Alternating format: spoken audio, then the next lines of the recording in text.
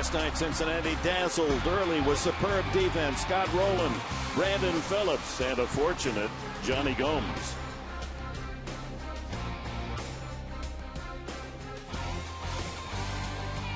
Endeavoring to finish this homestand with a win, right-hander Tim Stauffer will attempt to check the powerful Reds today.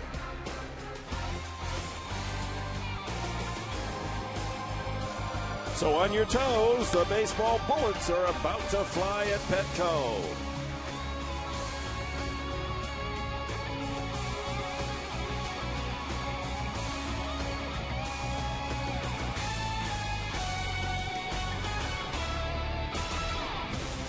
And here come the fans to Petco on a cloudy afternoon, the finale of this homestand. And welcome to Petco Park and the last of the three-game series against the red-hot Cincinnati Reds, the leaders in the National League Central Division, against our San Diego Padres. And good afternoon, everyone, with Mark Grant, Dick Enberg. Woeful, painful, the last two losses. The Padres with so many chances to beat the Reds. They had great pitching good enough to help you to win, and there were opportunities for the hitters to help out. They just didn't come through. Any team in baseball that makes it to the postseason and is in contention throughout the year, it's pitching and defense. But the one thing that we want to talk about is the starting pitching for the San Diego Padres. Two guys in particular, Clayton Richard and Matt Latos. Let's start with Matt Latos off the DL. What made Matt so effective? He was pounding the strike zone, had good location. He started off well, but then kind of just made one bad pitch in the evening. That was the difference. Clayton Richard, a nice lefty-righty combo with Richard and Latos, pounding the strike zone as well. But the starters have allowed 3 runs or less in 9 of 10 games, Dick Enberg, and the record should be better than 4 and 6, but they're just not getting the support. No, 3 runs or less. You got to expect to, even if you give up 3, to win a game 4-3, 5-3. They did win the opener 5-3, and they have the best starting pitching ERA in the entire National League. So the pitching has been good enough with any hitting. They could be 8-2, even 9-1. You think about this, 8 quality starts out of the 10 games. That's what, 6 innings, 3 runs or less. Exactly, and the starting pitching is doing that. And we all know the great bullpen the Padres had last year, that stayed intact. We've seen those guys, Gregerson, Adams, and Bell, do their part. If this team can get 3 or 4 runs a game, you know, that might be wishful thinking, but still, this team should do all right if the bats can just get going. The hitters are trying. It's a tough game. The pitchers are doing their part, and the hitters want to do as well as the pitching. So Buddy Black has altered his lineup today. We'll get into that as the game begins. First, our pitching matchup. The starters today for the Cincinnati Reds going for a sweep. Left-hander Travis Wood, 24-year-old. And he has had some outstanding outings, and then he's had some rough ones. Tim Stauffer, 0-1 to start, but he's 2-0 lifetime with a 1.65 ERA against Cincinnati. We're ready to go. Wood, Stauffer, Cincinnati, San Diego.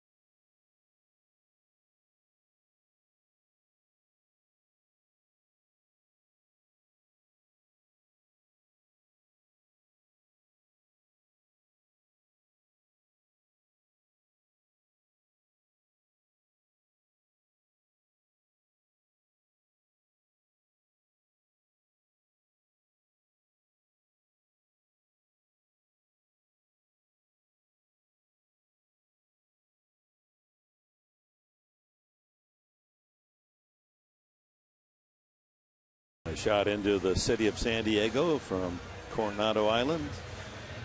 How dramatic is that? And we're set to go. The Padres trying to snap out of a little snit here, losing 4 of their last 5. Well, Cincinnati has built its record up to 8-3, and the Reds now enjoy a 2.5-game lead atop the National League Central. There's no other winning team in the Central Division. Milwaukee is 5-5. The Cubs 5-6. Cardinals lost again last night. They're 4-7. San Diego has fallen to the bottom spot in the West. Colorado 7-2. The Dodgers 6-5. Arizona 5-5. San Francisco won yesterday 5-6, and San Diego 4-6. So the Padres take the field. They play this game, hop on a jet to Houston. A 4-game series starts tomorrow night. Tim Stauffer on the mound. His pitcher profile brought to you by your San Diego County Cadillac dealer. Stop in today for attractive lease and purchase offers. Well, Tim Stauffer knows that this Cincinnati Red Leg team, they like to swing the bat, especially early in the count if to get a fastball. We'll have to keep an eye today if Tim Stauffer elects to throw first pitch sliders, first pitch changeup to these Reds, kind of keep them off balance a little bit. The Reds were first ball hunting throughout the first 2 games of this series. You get anything in that strike zone, they're ready to cut loose. Stauffer will face Dusty Baker's lineup, and this is how he penned it in today. Drew Stubbs again leading off. Brandon Phillips, Joey Votto. Johnny Gomes moves into the cleanup spot. Juan Francisco, first time we've seen him. He'll be at third base. Chris Heisey comes in here as a relative on loan. A 2-run homer to win 2 nights ago, and a big RBI single as a pinch hitter last night. Ramon Hernandez 7th. Paul Yanish, the shortstop, bats 8th. And Travis Wood on the mound. Dusty Baker with his win last night, 1,413th career win to tie Miller Huggins, the great old Yankee manager, for number 22 all time. Earl Weaver is next in sight. He'll pass him before the season's over. Well, Dusty's great with his players. He's great with the media. Almost like the guy that we're fortunate enough to have here in San Diego, Bud Black. Very personable guys, but they really know the X's and O's of the game of baseball. So we're set to go. Pleased you've joined us. Hope to see you tomorrow. It'll be a 4:45 TV time for Thursday and Friday night as we open the 4-game series against the Astros in Houston. Stubbs 11 for 44. He hit the 3-run home run last night for the finishing frosting in the 8-2 win in 11 innings. 65 degrees, they announced at first pitch. Pulled to shortstop. Jason Bartlett is back in the lineup and throws him out. You can see Stubbs hustling up the line, made it a close play. The defense behind Tim Stauffer has Headley at third. Bartlett back in the lineup after missing 3 games with a sore back. Hudson and Cantu on the right side. Ludwig, Maben, and Denorfia left to right in the outfield. Rob Johnson gets a start behind the plate. Padres defense brought to you by Big O Tires, the team you trust. Call 1-800-NEW-TIRE.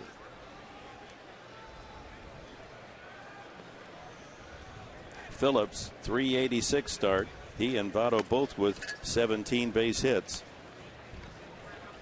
And when you talk to the Reds people, Tom Brenneman, their TV announcer, they rave about the qualities of him as a player and as a guy. I mean, they just say he never says no. He's a spirited. He wants to help everyone. And we saw last night, not only with the bat, but that sensational play, not with a glove, with the bare hand. A second baseman going away from first base making that play. And, you know, I was kind of guilty last night being so surprised that Phillips made that play. I shouldn't be surprised because he's the type of player that will make those plays. The routine plays, yeah, he's going to make them all day long. But going away from the play, behind second base, barehanded, and then on the run to get Will Venable, that was a big league play. And it was the game. If he doesn't make it, the Padres would have won earlier. 2-2 now.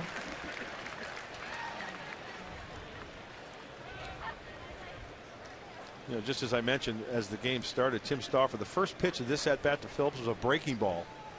So he's just not going right after him with fastballs. Back to the mound. Stauffer in good position to field it. Phillips out on the comebacker. 2 ground ball outs, and that's a good sign as Stauffer, a ground ball pitcher. And the pitch prior to that fastball that he threw Phillips was a breaking ball. So Phillips didn't have a good chance to square up that ball. It was a nice comebacker by Tim. And you know what? One of the things that we've noticed is the errors of this ball club. 8 errors for San Diego. And this being game 11, they've got to cut that down. Pitcher's been throwing the ball away a little bit, but they'll get that right. Do a little PFP, pitcher's fielding practice, to iron some things out. Cincinnati has committed just 4 errors.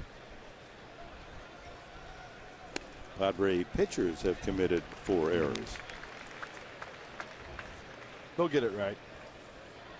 Joey Votto up among the top 5 in the National League with a .415 average.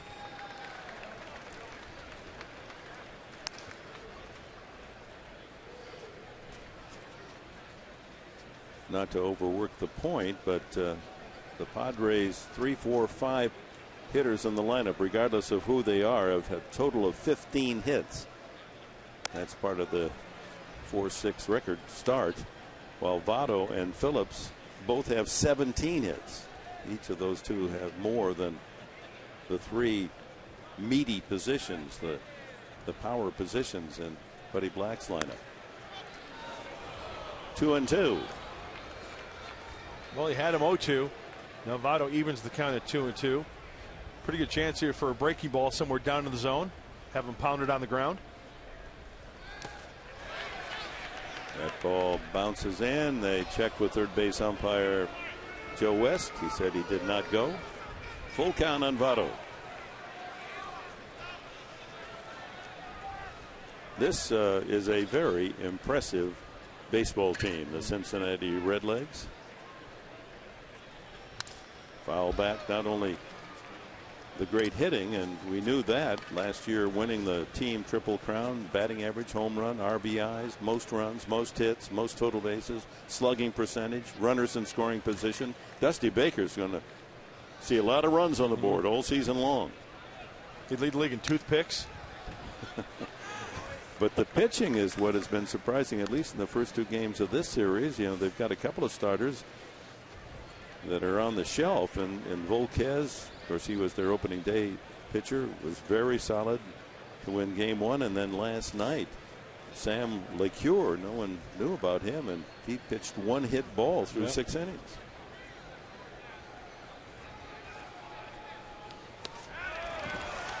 Swung on and missed, but Votto didn't know the ball got away. And Johnson able to throw him out at first base. Votto might have made it safely had he realized that the ball got through Johnson all the way to the screen. So strikeout 2-3 on the putout as the Reds go in order in the first inning.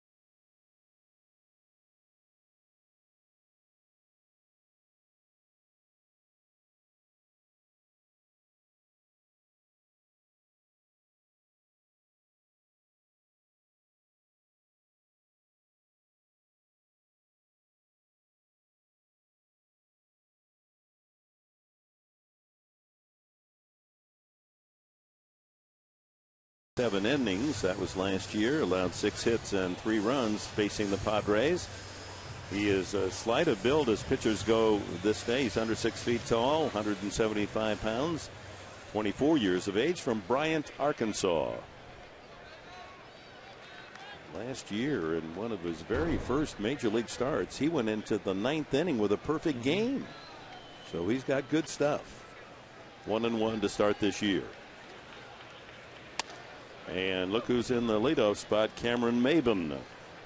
He served in that role with Florida, so it's not unfamiliar to him. 9 hits in 35 at bats, and very close to winning it last night with a line drive. Hit it just too hard.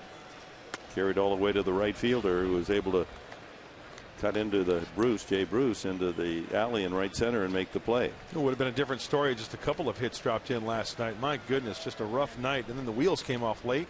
That's a tough one to sleep on. Foul back.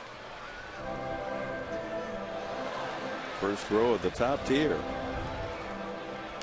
Well, Travis Wood, the left-hander. Hey, we've got an organ here today, huh? Old school. It's a 3-decker. To match the stadium. Bends that one inside. The count 2-2 on Maben, with Jason Bartlett and Orlando Hudson to follow.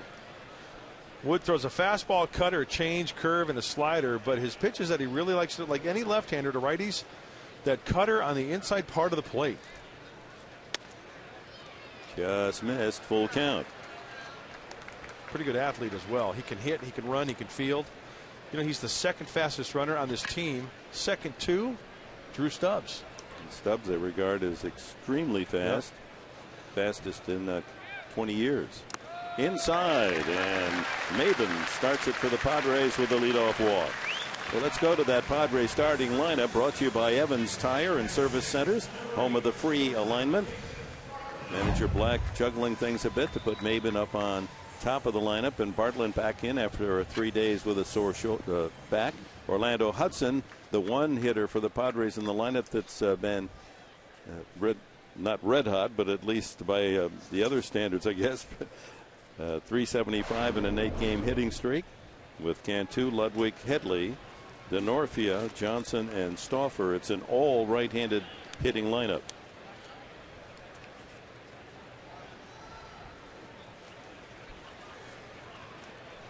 Bartlett looking for his first RBI as a Padre. 4 for his first 27. We'll have to see what kind of running game Bud Black puts on this afternoon, because Travis Wood does have a good move. I don't think it's the kind of move like a Clayton Richard, who I think is the best in baseball, but he does have a good move. Inside, 1-1. Bartlett takes a long look at Glenn Hoffman down at third, with throwing out a bunch of signs. Dave Roberts coaching at first, whispering something to the base runner Maben.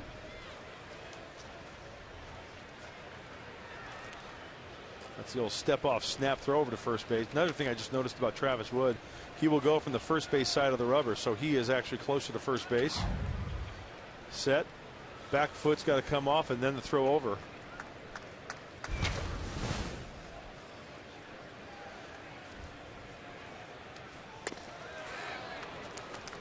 Change up, and Bartlett out in front. You know, if I'm pitching and I know a guy's coming back, he's got a bad back, and I'm a lefty against the right, I'm going to throw him some change-ups. I mean, that's not a good pitch to swing and miss at.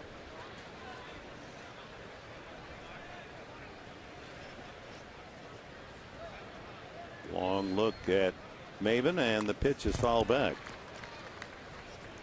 So that cutter riding in on the fists of Bartlett. Well, the Padres open play today 4-6, and you go back a year in that sensational season. Padres leading the National League West over 140 games. They started 4-6. Let's hope the bats awaken. Over but low.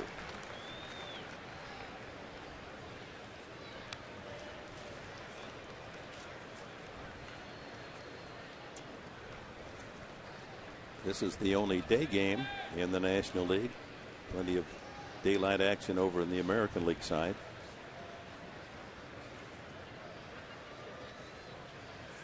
You know, I'm not going to complain about today's conditions, but I was hoping coming downtown and seeing a little bit more sunlight.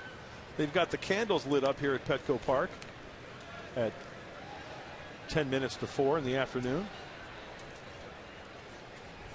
Still a good afternoon for a big league ball game. Absolutely. 65 degrees. Swung on and missed, and Bartlett goes down on a changeup. Check the defensive lineup of the Reds, brought to you by North County GMC, a Southern California tradition for over 20 years. Juan Francisco at third, Yanish the shortstop, Phillips and Vato on the right side. Gomes, Stubbs, and Heisey fanning from left to right, and Fernandez back behind the plate, Wood on the mound. Juan Francisco, the third baseman today. The Cincinnati Reds hung on to this 23-year-old for a good reason. Scott Rowland, their all-star Gold Glover at third base, is getting long in the tooth. That ball hit sharply by Orlando Hudson to right on a line to the center fielder Drew Stubbs. Once again, bad luck right at him, huh? Yeah, that's part of the malady at this point. Strikeouts and then solidly hit balls that go right to a glove. But Rowland getting the day off today. They got Francisco there because that's exactly what Dusty Baker and the Reds want. They want to make sure that Scott Rowland gets his rest. He's just too valuable to this ball club to throw him out there for like 145, 150 games. They want to make sure he is fresh and ready to go when he's in the starting lineup. Jorge Cantu takes ball one. Cantu under the 200 mark. 4 for 21. The Padres total lineup today, if you add up all their averages, 208.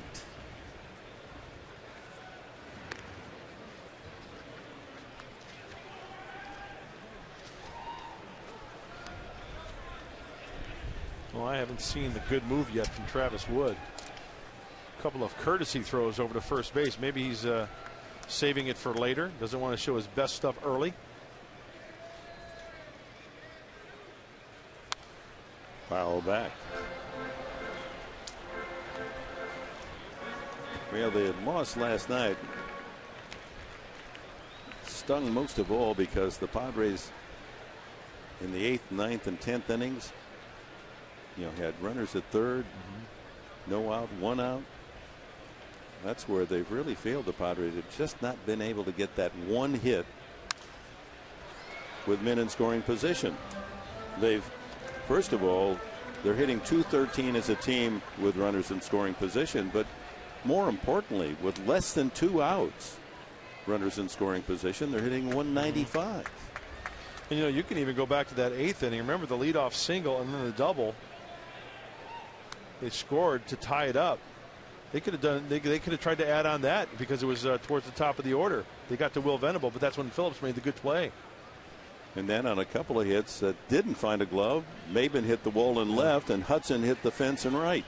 Not quite tall enough for the winning home run.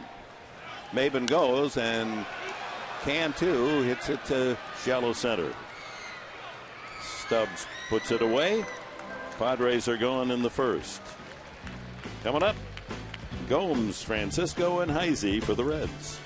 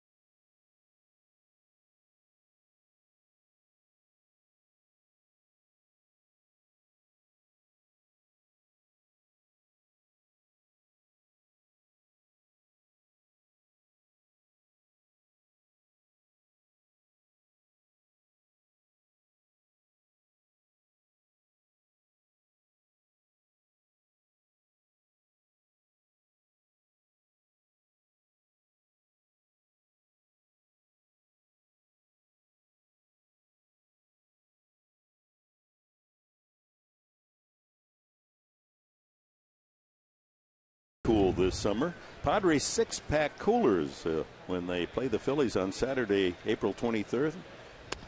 5:35. The first 25,000 of you fans will take home a Padres 6-pack tube cooler. Go to Padres.com for your tickets. And then you get to see another powerhouse lineup, the Philadelphia Phillies. Gomes, 267, home run on Monday night. And he takes strike 3 on the inside corner. A cutter from Stauffer. He has his second strikeout. He set him up perfectly. The pitch prior to this one was a big curveball. That looks like a cutter on the inside part of the plate. The hitter gives up on it. Rob Johnson does a nice job of framing that pitch. A perfect strike to get Gomes. Juan Francisco, young third baseman. He's had only 11 at bats, a couple of hits. Looks like he's built for some long ball.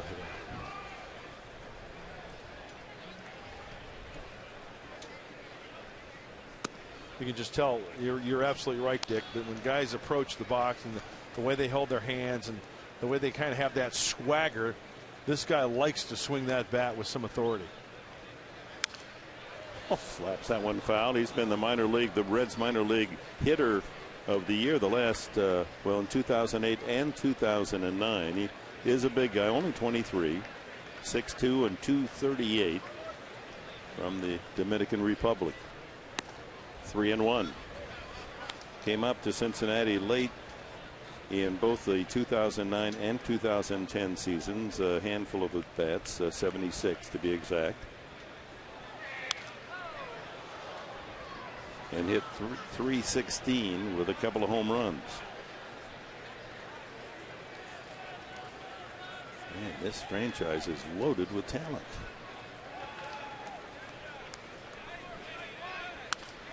Another foul sends that one upstairs. Led the league in home runs in Dayton in 2007. Juan Francisco did with 25. 3 straight years, 20+ home runs. And at Louisville last year had 18.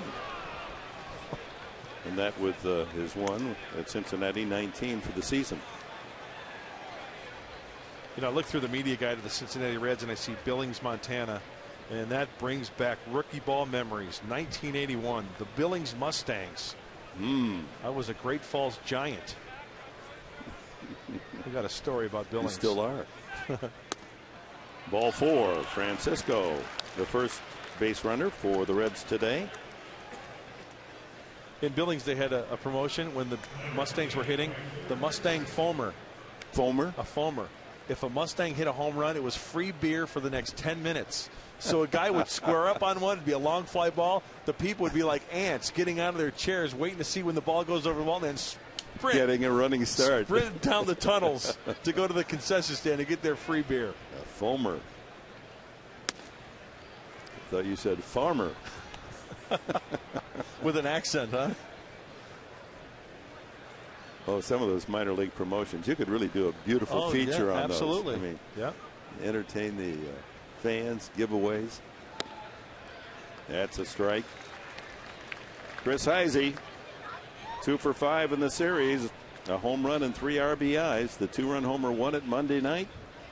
And he chipped into that 6-run 11th inning with an RBI single as a pinch hitter. Slider, 1-2.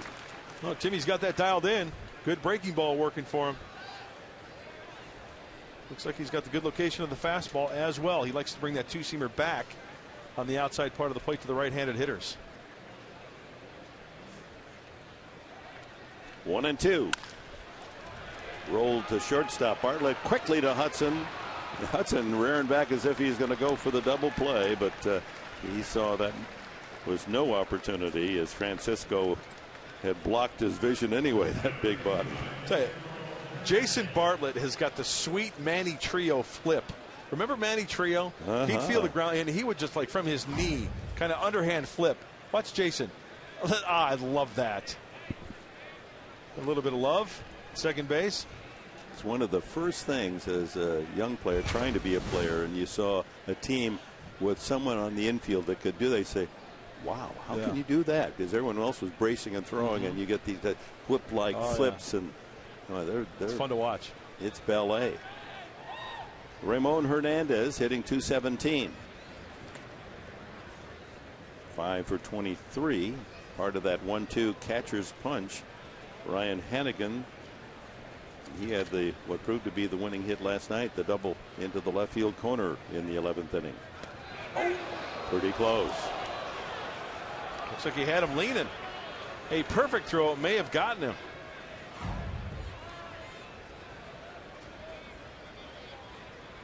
Yeah, just a little lower.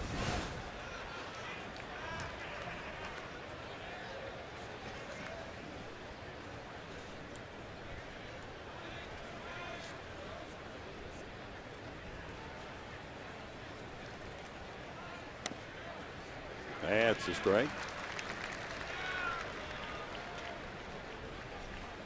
Heisey has tried to steal once.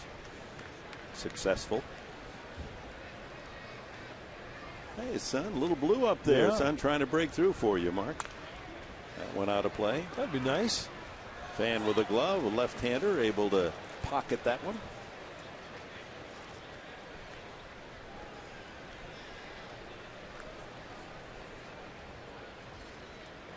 Stauffer so far off to a good start. He's thus far had a .386 batting average against in his previous 2 starts.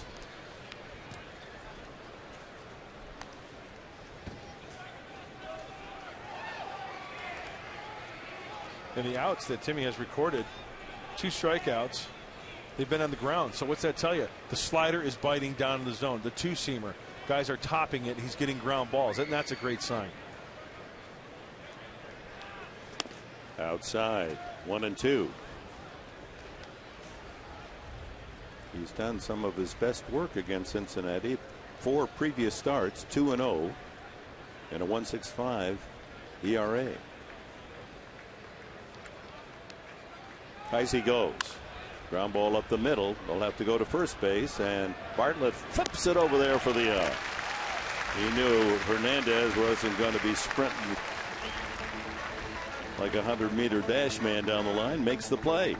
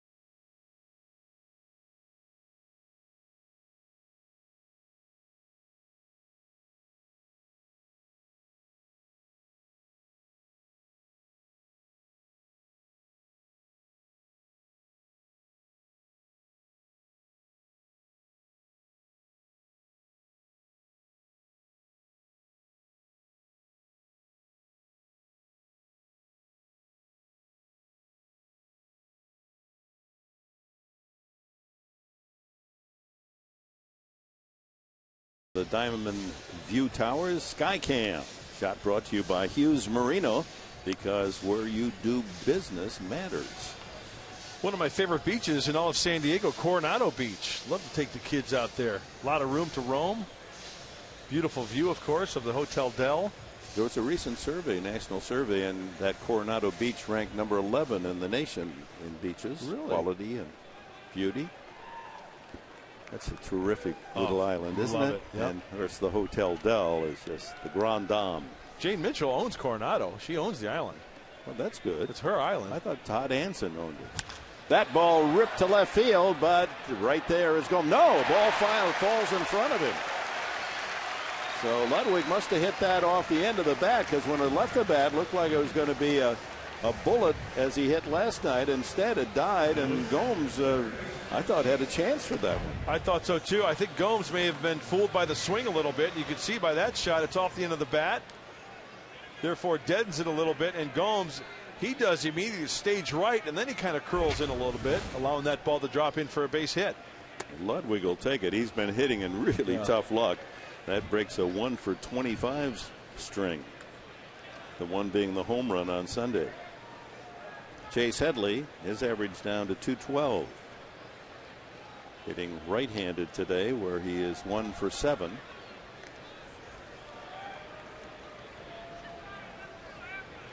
Yeah, great hitting is contagious.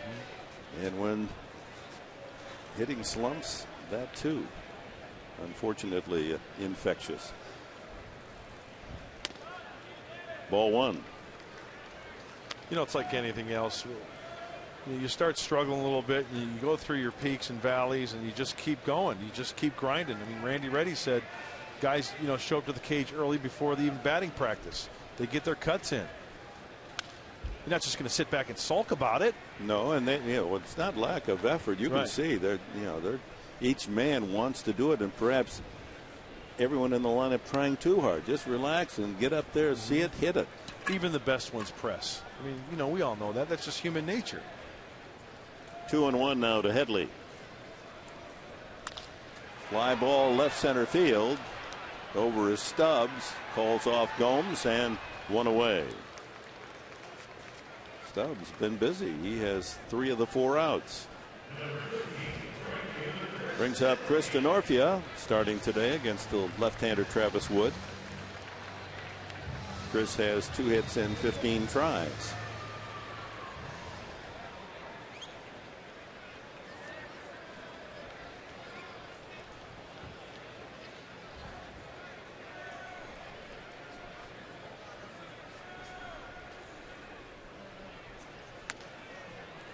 Sails that one outside. Tomorrow night, again, 4:45 here on Channel 4 San Diego. The opener of the 4-game series against the Astros in Houston. Dustin Mosley against Bud Norris. From the Space City. Now, correct me if I'm wrong, Professor. You did a huge game at the Astrodome, didn't you? A basketball game there. 1968. UCLA and Houston. Nice. First prime time game ever. Non-playoffs, college or pro. Was it packed? National. Yeah. 53,000. Wow. Largest ever to see a game at the time. Double play, ball to short. And the Reds turn it over. 6-4-3. And after 2 here at Petco, no score.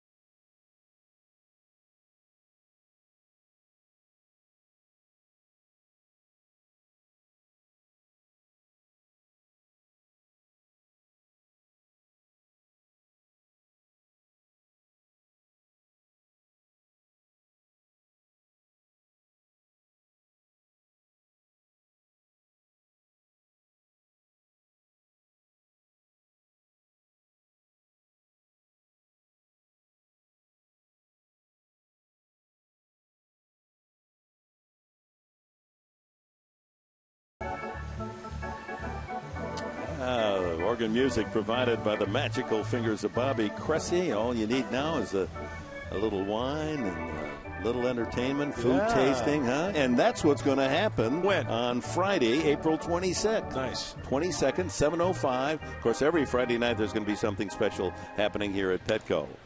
And get your tickets now. Friday party at the park, a wine and food festival. First pour at 5 o'clock. Tickets at Padres.com. That one fouled by Yanish, who's hitting .324 out of that number 8 spot in the batting order. I'm wondering, is Bobby tickling the ivories on a Wurlitzer, or is that a Hammond? I know my organs now. Most good physiologists do. How about the Spreckles organ, though? In Balboa Park. How about that for a concert? It's one of the largest in the world. Another ground ball to Bartlett. They're testing Jason, aren't they, early on? That's his 4th assist. One of my favorite symphonies, in fact, Saint-Saëns Organ Symphony. Actually, I just got confirmation from the truck, because those guys in the truck know everything. It's a Yamaha organ. Right. You can take it out for a spin and play a song or two on it. Wonder if Harley Davidson makes organs. It's a big hog. Inside, and you mentioned before, Travis Wood swings the bat. He was 7 for 37 last year with a home run.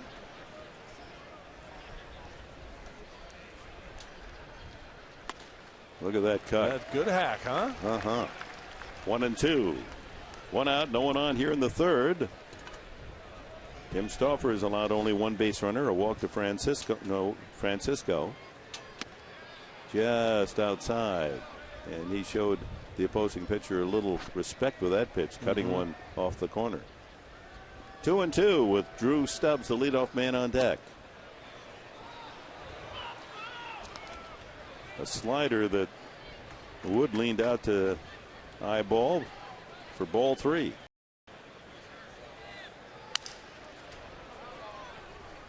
Sounded like he broke his bat on that one. He most certainly did.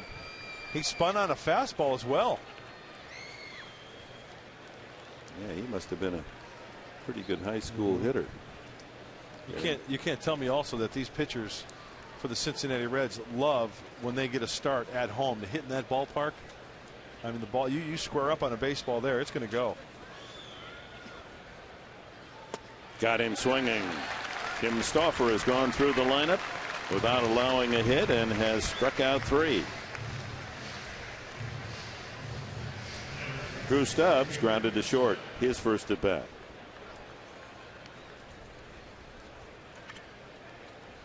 This hard-hitting Cincinnati team has not hit the ball to the outfield yet. Big curveball from Stauffer, throws that one in. That's the first big snapper we've seen from him.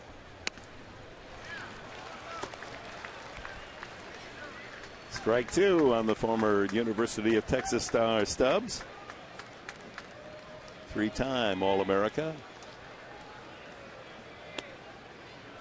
Just missed with a slider. Timmy's mixing it up nicely. Really good pace, too. Yep. He's getting the Clayton ball. Richard-like. Yeah, he's hurrying it up there. Whoa, Rob Johnson knocked him off his pins there with that bouncing curve.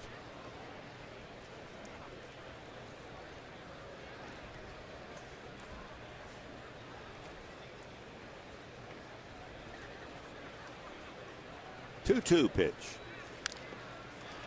Looks like a changeup. You know, looking out at the park on the park as the weather gets better and better, wouldn't it be fun to do a broadcast out in the Adirondacks? Absolutely. That's a great idea, Dick. Yeah, you could go out there. I'd stay here. I'll go out there, mingle with the people. Get yourself a microphone. And you know, years ago we did a game out beyond the Padre bullpen. Fastball check swing, and it's a full count now on Stubbs. Out by the Bougainvillea. It's kind of fun. Beyond the bullpen, huh? Yeah, up like the second row there. We did a game from back there. Up the middle and not hit well, but good direction, and Stubbs has an infield hit. And then one year we did a game from atop the Western Metal Supply Company building on the top tank. way up there.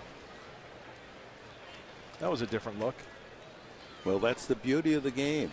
You know, if you were allowed free access to roam a ballpark, any major league park, any park really, any full-size baseball stadium, you see a different game depending on the angle, whether it's high right, low first base, center field, bleachers, low home plate. I mean, it's high upper deck. I mean, it's a different game depending on where you move. It's part of the delight of this game. On games that I've come to when we haven't worked, I really enjoy the Toyota Terrace level. That gives you a great view. You're not too high, not too low. It's just an all-around. I mean, like you said, there's not a bad seat in this ballpark. But my personal preference is, as we take a look from behind home plate, I really enjoy the Toyota Terrace level. Brandon Phillips, ever dangerous. Breaking ball strike. So Stubbs has the first Cincinnati hit. Soft roller aimed up the middle. Sounded as if he might have broken his bat on that base hit. Phillips, one hop back to Stauffer, first time up. Fastball missing.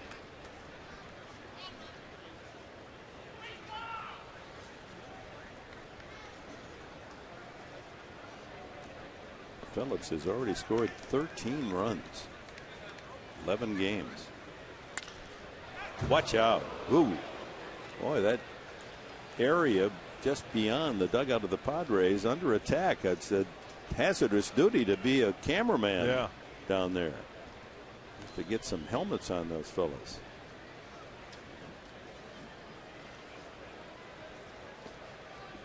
Stubbs with his lead, 1-2. There he goes. Foul ball. Well, here's the cameraman's view of that foul ball coming toward him. You want this job? No, thanks. Danny Barger. Stay hot down there, kid. You the man. That's what they say there. You know that? They say you the man. I'm hip to that.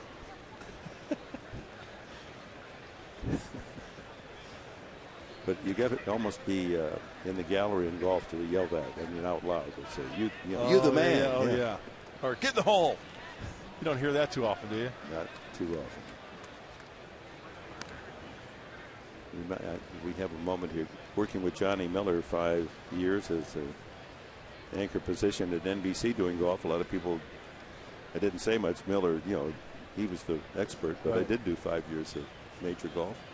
It's a delight to be next to him. Hit to center field, right at Maben.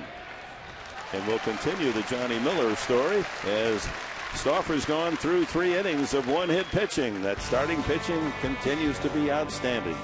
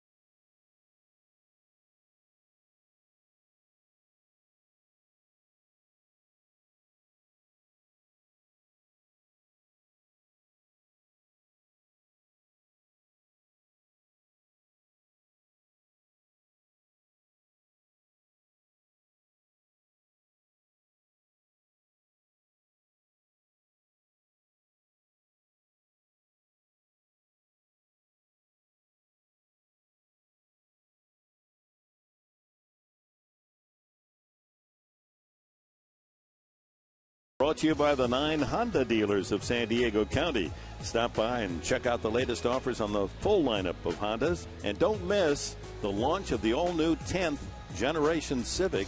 That's coming up on April 18th, 5 days to go.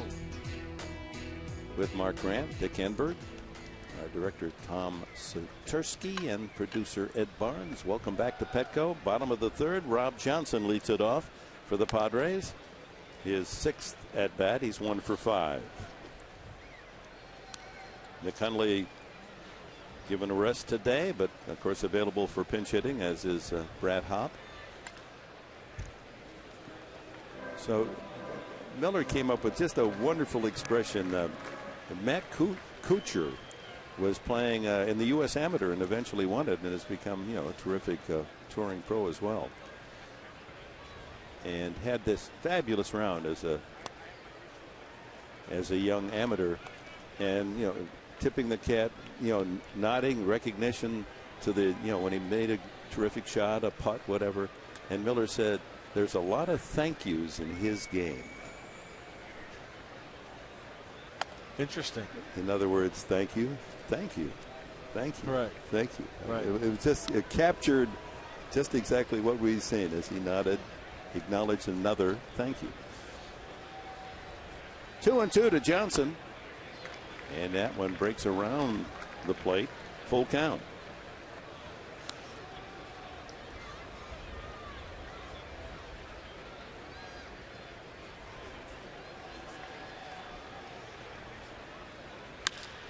That one hit well to right field, but lined right at Chris Heisey.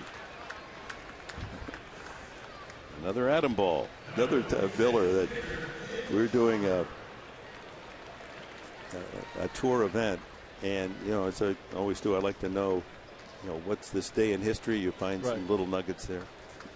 And we were down in Florida, I think with Doral, or maybe it was Bay Hill. First pitch strike to Stauffer. And in the this day in history, it said 50 years ago on this day, Superman, the magazine, first was published.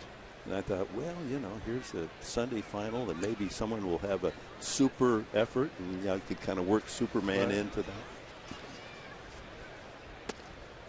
And I thought, you know, maybe I should play it out before we go on the air with Johnny, because Johnny's so obsessed with golf, he just doesn't really wander too far away from the fairway.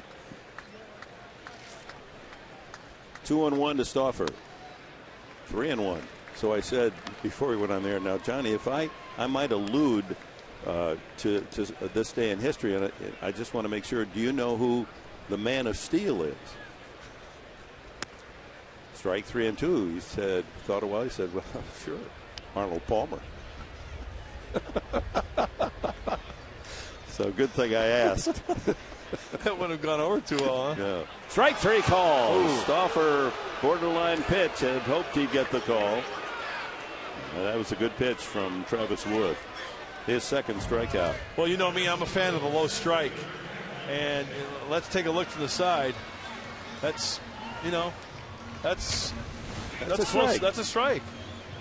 That's where you're supposed to throw it. Yeah. And Stauffer hopes to get the same call, and that's what Bud Black didn't like the call. And he barks it out to plate umpire Angel Hernandez, just to let him know maybe the next Padre will get a call, or Stauffer himself.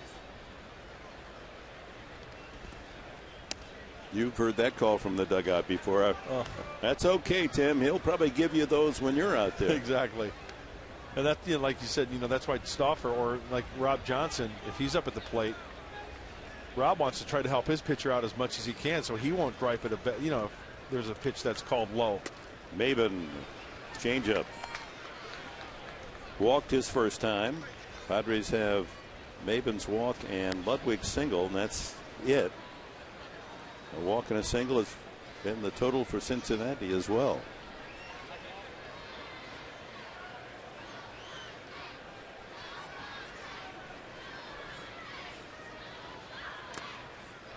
Tried to get him to chase. Another changeup. Oh, he throws a lot off speed, doesn't he? Yes, he does. Now What's his top fastball? Well, he's not going to be overpowering. He'll top out about 91, 92. But it's that cutter with the movement into the righties. Got him again on a changeup. Oh, Cameron Maben goes down, the third strikeout victim of Travis Wood. 2 strikeouts in this inning. 1, 2, 3 go the Padres.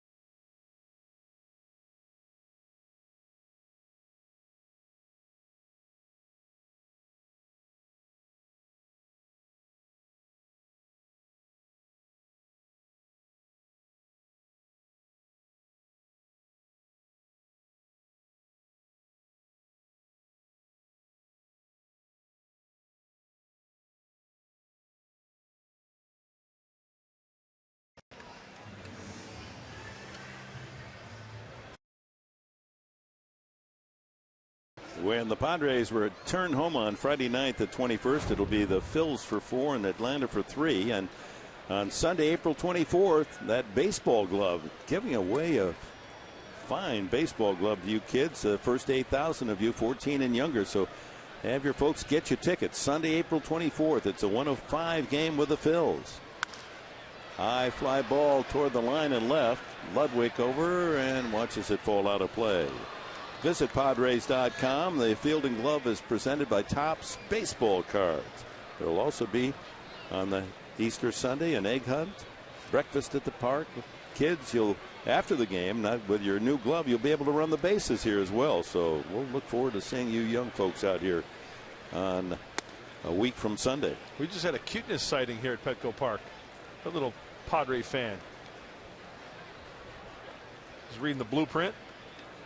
That's the giveaway magazine all fans receive. Votto, 2-2. Struck out on a pitch in the dirt that went all the way to the screen. He didn't notice that it had gotten away from Rob Johnson, and Johnson made the put out at first. Watch out, slapping that one in there. Man, Reds are hitting some wicked line drives into the crowd.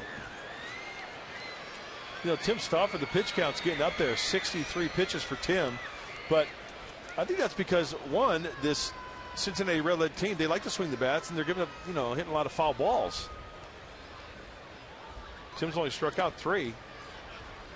Bounces that one, 3-2. So the pitch count starting to creep up. Still strong, though. Good break on the breaking balls. And he has only walked 1 this afternoon.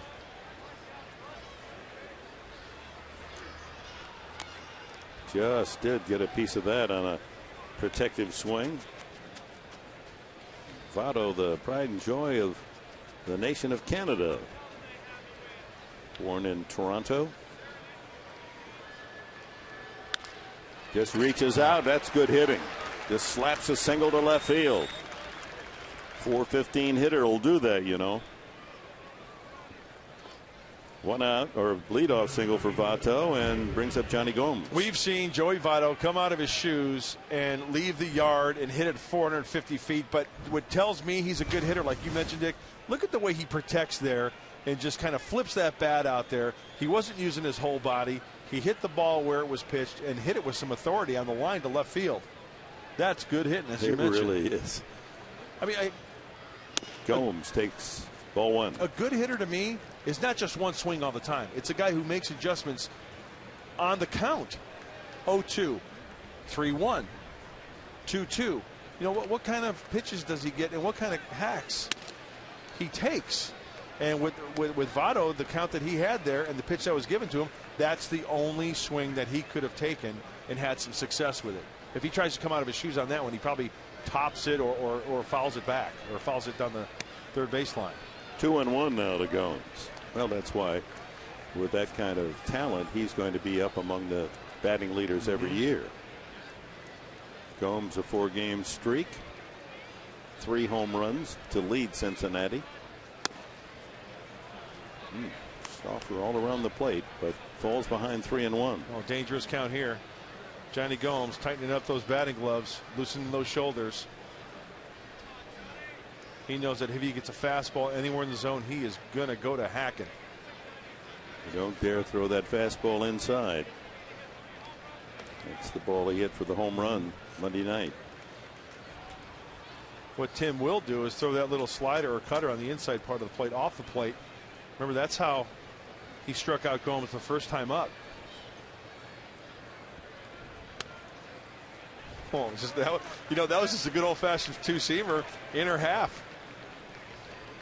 Maybe Gomes was surprised. 5th time Stoffer has gone to a 3-2 count in the game. That's why his pitch count is up there at 71. Votto goes. That ball driven to center field for a base hit. So Votto won't stop. He's on his way to third. And here come the Reds. Back-to-back singles, Votto and Gomes. And the first serious threat of the game to Cincinnati. This Cincinnati Red team, they're aggressive with the bats. We've noted that. But they also do a good job of fighting off some pitches. And that pitch was on the inner half. It was elevated down by the label a little bit, but still Gomes gets those hands through and hits a liner with some authority to center field. A lot of guys swing the bat at that pitch. They either break their bat and it's a little flare to the shortstop. Gomes was with Tampa Bay 6 years and showed nothing of the sort that he has as a hitter in Cincinnati. He had 182 one year, 216, 071 a brief stop. Then he goes to Cincinnati 2 years ago, hits 267 with 20 homers. Last year 266, 18 homers, and he's up around 275 this year. Double play ball. Can they get 2 on that? No. That was a tough chance. And the run comes home. Votto scores on Francisco's ground ball.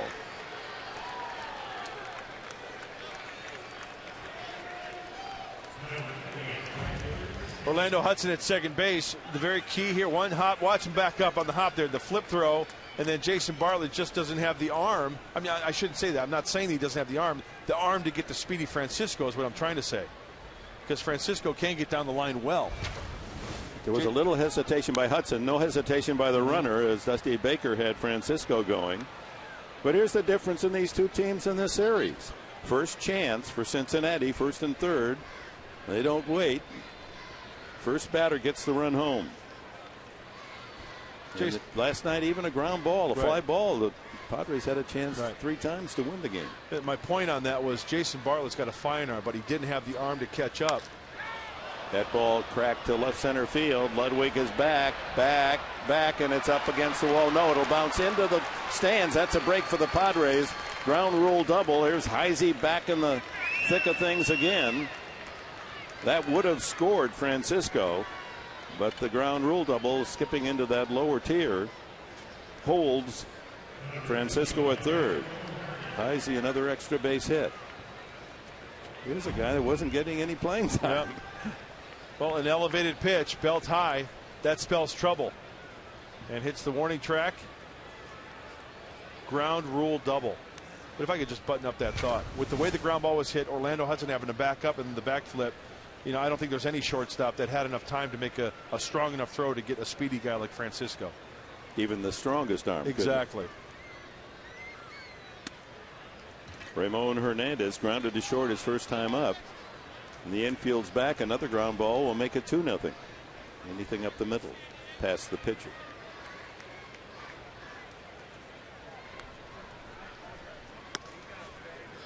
Two and 0 with first base open. Stauffer can work more delicately to Hernandez. Yeah, now they're going to walk him. Load the bases and set up a possible double play to get out of this inning. So Hernandez walked intentionally, and that'll bring up Paul Janisch. But here again, a measure of why Cincinnati is so successful. Here's the number 8 hitter. Normally you walk, load the bases, you get someone up there. It's a 215, 220 hitter, and get you a nice little ground ball. Not Janisch. He's hitting 324. Not a bad guy to have hitting number 8, eh? Darren Balsley, the pitching coach, out to talk to Stauffer. Critical spot in this game early. 4th inning, a run is home. Bases full of Reds. And just a little refresher course from Darren Balsley with the infielders and Tim Stauffer, how to go about pitching to Janisch. He has grounded in only 1 double play in this early part of the year. Mets in Colorado underway in New York in the 2nd inning. Mets get an early run. Rained out yesterday. So looking for a double play, the Padres, and there's a strike. Janisch grounded to shortstop Bartlett the first time up. San Diego would take a repeat of that swing.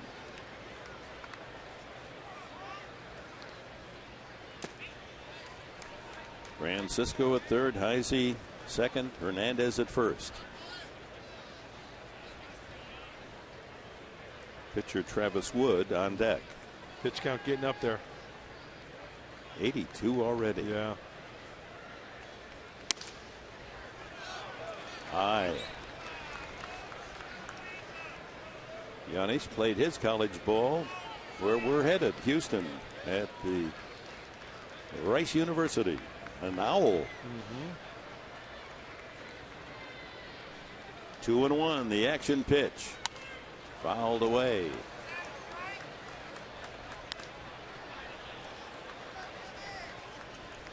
You know, the way this is going, what I think we should do between innings. What's that? Go down, sneak down into the Reds dugout. I can do that. Steal their bats. I'll do that. All right, and trade them for our bats. To let them swing with our bats. I think they got a better shipment. Popped up. That's a good pitch. Made him reach out, and Hudson infield fly rule. 2 away. Good pitch, Tim Stauffer. But he's not out of the woods. Nope. Because here comes Wood. And he can hit. Off balance. Change up or a little cutter away.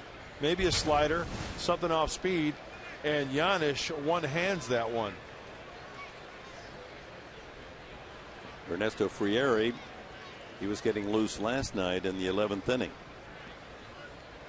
Wood struck out swinging the first time. There are a few pitchers around the league that just look like they could even pinch hit. They're that good. Here's one of them. That Milwaukee pitcher is one of them, Gallardo. Oh, yeah. Base is full. Pulled to third. Foul. Had it been fair, I think Headley would have been able to make a play. 1-1. And that's why runners third base. You're always in foul territory. If the ball hits you, it's just a dead ball. If you're in fair territory, you are out if hit by a batted ball. Here comes the 30th pitch this inning for Stauffer. Rip foul. That almost took Francisco's shoes with it. Travis Wood is swinging some serious shillelagh here. Ugly finder. 1-2. That fortunate. It was foul. Yeah. That was ripped. Breaking ball. Oh my. Fans and Stauffer thought he had him struck out. And Bud Black quizzical as he looks out at Hernandez, the umpire. Let's take a look at this one. Yeah. Inside. Ball's inside. And Hernandez has warned Black or someone else in the dugout to keep it down. The next challenge might be a heave-ho. Well, Buddy Black has had it up to here with the umpiring in the series. He's not gotten a call, and there have been some calls missed that cost the Padres a win. Strike 3 call. That'll do it. And now he throws him out. Come on. He couldn't wait to throw him out. Well, let's not wander too far. Let's see what happens here. Black coming out. Hernandez walking away. Buddy Black, a rare time that he's thrown out of a game. Joe West, the crew chief, comes in. Black talks to him. That's one of those, hey, give me a call. He warned him, and then he said, well, that's about time. Was probably what Black said. He was, I'm sure, not profane. You know, it's a called strike. He looks in the dugout and throws him. Stay tuned.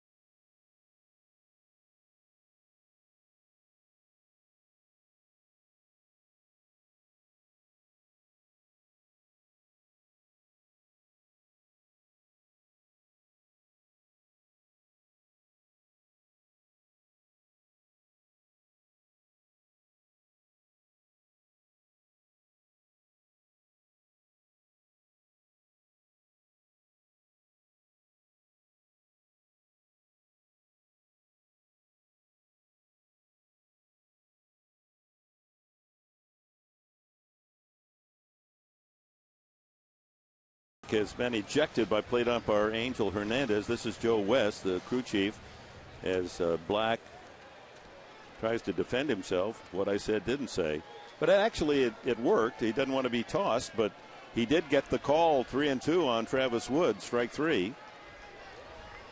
And Rick Renteria, the bench coach, takes over as the skipper, and Bud Black will be in a close proximity. You know, there's no embarrassment in being ejected, but there is a penalty. He may have to go back and watch us on TV. Oh, man. 1-1 to Jason Bartlett with Hudson and Cantu to follow. The Reds had a potential big inning there, but got only one. Bartlett to right field. Easy chance for Heisey. Bartlett 0 for 2. Orlando Hudson, 8-game hitting streak. Hit it right on a line, roped it out to center field. Caught by Stubbs the first time. You know, Dick, just like managers, players, umpires, everybody has different personalities. Everybody has a different type of fuse. You know, when lit, whether it's short or long, you give it a little bit of, a little bit of leeway. A longer leash for a coach or a manager or a player to vent. You know, Buddy Black isn't the kind of guy that is rough on umpires, right, as some in the past, the Billy Martins, the Earl Weavers, who could be thrown out before the game started, and were. But he does have a loud voice, Black, in that dugout. Sure. We've heard him on our microphones. Ooh, inside, and the count goes to 3-0 to Orlando. O-Dog trying to get on there. He's been on base every game play at all 10. and an 8-game hitting streak currently. Automatic 3-1. Jorge Cantu on deck.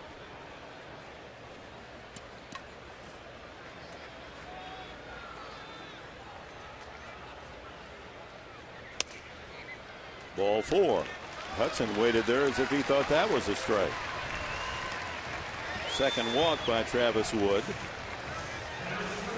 And you know what? Like players, managers, and umpires, everybody's got a reputation as well, right? Yes. That reputation gets around. Both ways, reputation of the player or manager and reputation of the umpire. Absolutely. He has a short fuse. Yes, he does.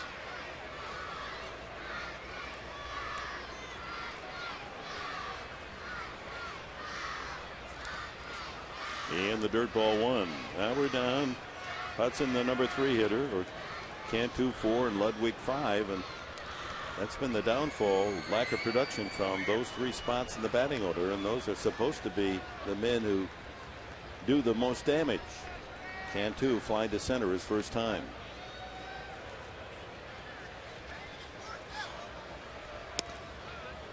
Inside. Let's look at this comparison brought to you by the San Diego Toyota dealers. We've got what it takes. Joey Votto, with his hit today, has 18. The Padres hitters, everyone who's hit in 3, 4, or 5 slot, a total of 16. Ouch. Ground ball chopped to third. One there, and Phillips unable to hurdle over. A good slide from Hudson to deny the double play. Cantu safe on the 5-4 fielder's choice. Good slide by Orlando. Hey, going in there hot, right? Make those middle infielders hear some footsteps. Nice job by Francisco getting rid of that baseball quickly, but that's a good clean slide. A little love going back because he plays second base too. Don't hit me unless you love me. Ludwig singled into left field. Dying drive in front of Johnny Gomes. Back in the second.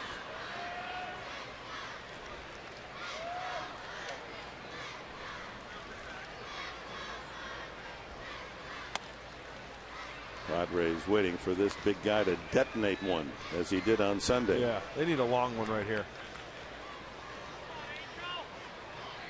Fourth inning, 2 outs. Order up a long one, maybe. Foot long, huh? And then some. 2-1. Changed him on 2-0.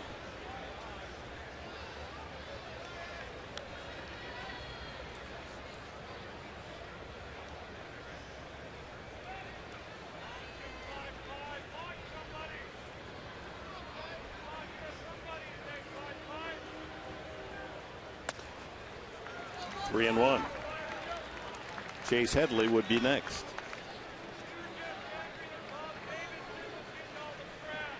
Hey, here's your count. 3-1. Threw him a changeup on 2-0. What's the pitch here? You know what? I would be surprised, Dick, if Travis Wood throws a changeup here. Maybe a cutter in. And that's what it was. Yep. Caught the corner. 3-2. Little fastball in the inner half, inner corner. That'll give Cantu a chance. Running start here with 2 outs. Now back with the changeup. Yes. Strike 3 called. Changeup. Ludwig just frozen there at home plate. Did not agree. Thought he had a base on balls. Through 4. Cincinnati 1-0.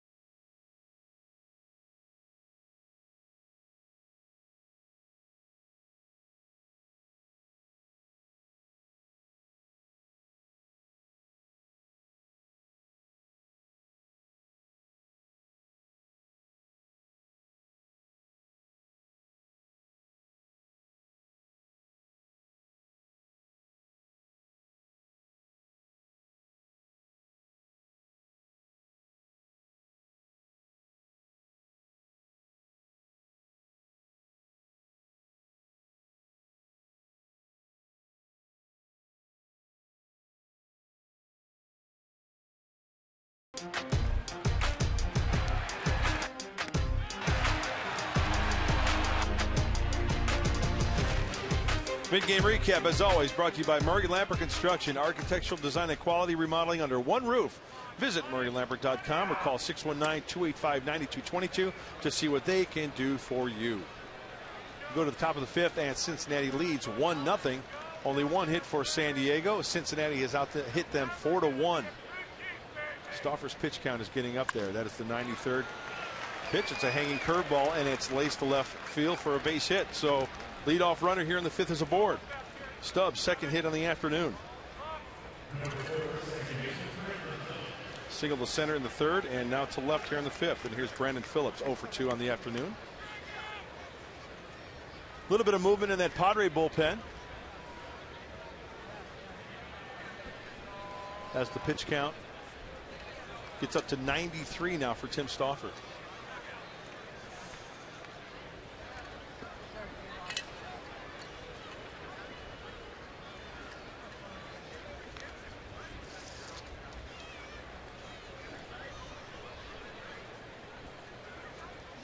Stubbs with his second base hit. Good base runner at first, and now the heavy hitters come up. Phillips, Votto, and Gomes. Phillips is surprising square around, and it wasn't as if he was trying to beat out a hit.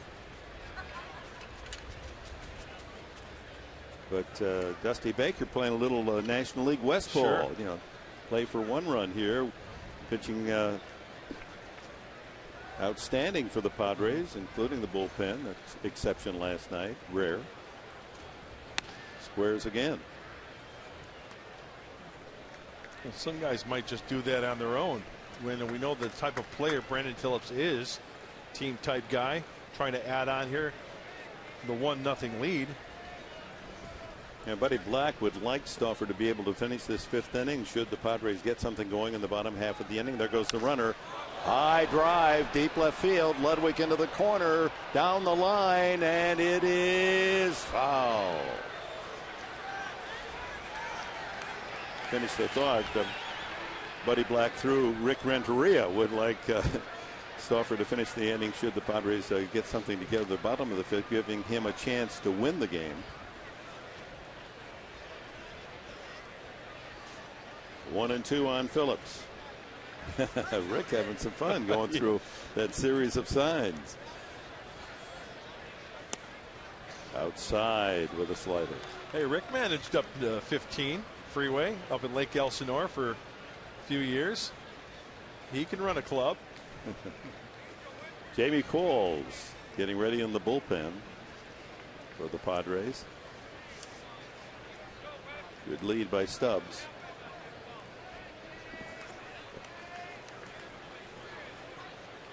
Chad Coles, big right-hander. Yes, he is. Ooh, he was leaning. Yeah, a good throw there. Yeah. And that takes so much confidence for a pitcher to be able to whirl and throw right there on the spot on the bag, because there's the risk of throwing it away. You have to practice that. It doesn't do a lot of good to throw it high, because then even if you have him picked, there he goes. Ground ball, that'll deny the double play, and Hudson has to get the out over at first base. So Stubbs running on the play pays off for the Reds. He moves up. They wanted to sacrifice him. Let's go back to Ludwig now, who obviously didn't like the strikeout call on the last pitch of the inning, and it was a good call. So give Hernandez his due as well. That changeup was in there.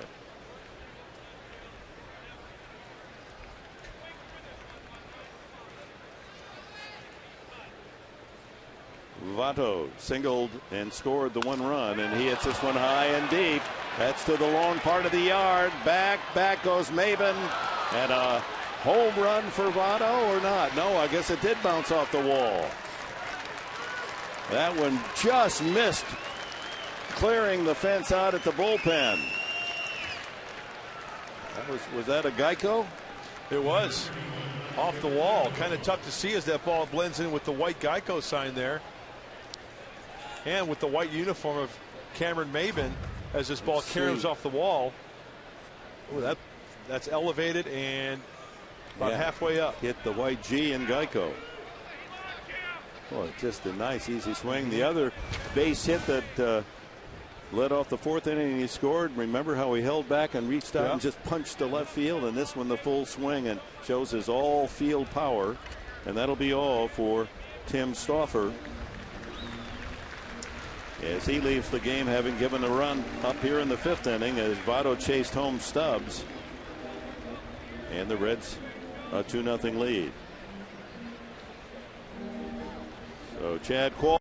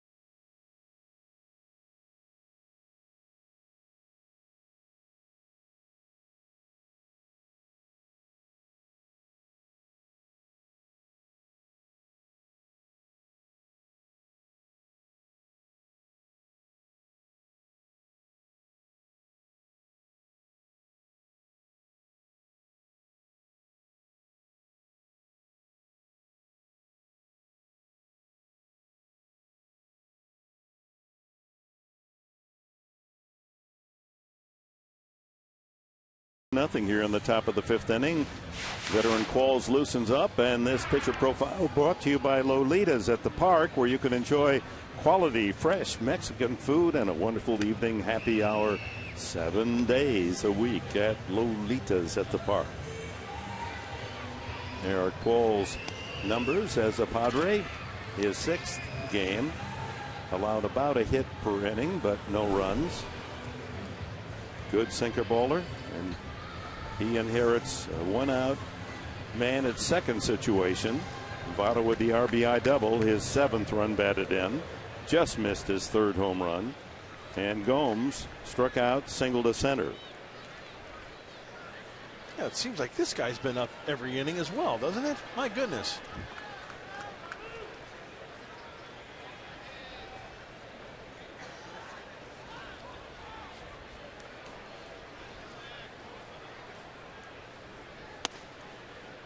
Ball 1. I think Chad Qualls is going to be an integral part of this Padre bullpen. I like what I see, the hard sinker. Coming in situations like this with runners on, get a ground ball or two to get out. Leave the inherited runners out there. Misses again.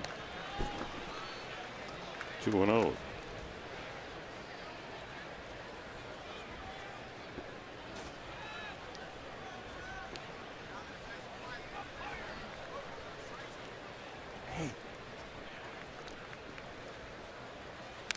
Fouled at the plate. It's 2-1.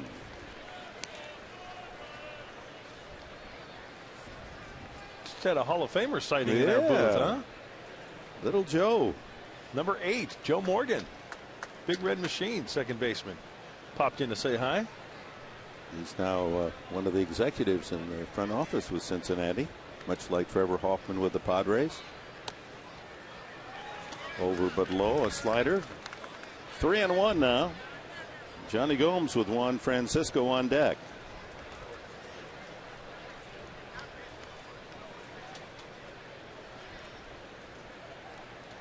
Votto a big lead at second base. Hudson kind of easing over toward the bag. No threat of a pickup. There he goes. Ball 4, and he's safe at third. They gave him way too big a lead. You got to turn and take a look at him. That was a gift to Votto. We'll have to see if Chad Qualls was one looking over there at second base.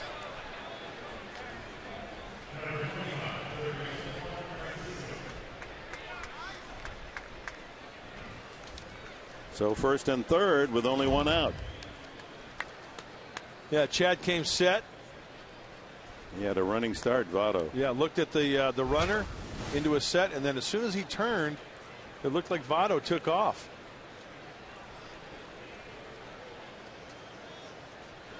His second stolen base. Francisco, another line drive into the crowd. And a good play made by the fan. He wisely brought a glove, and you folks that come out here may feel a little foolish as an adult bringing a ball glove, but if you're down in the lower tier, it's not a bad protective device. Especially if you have little ones around you. Absolutely, yeah.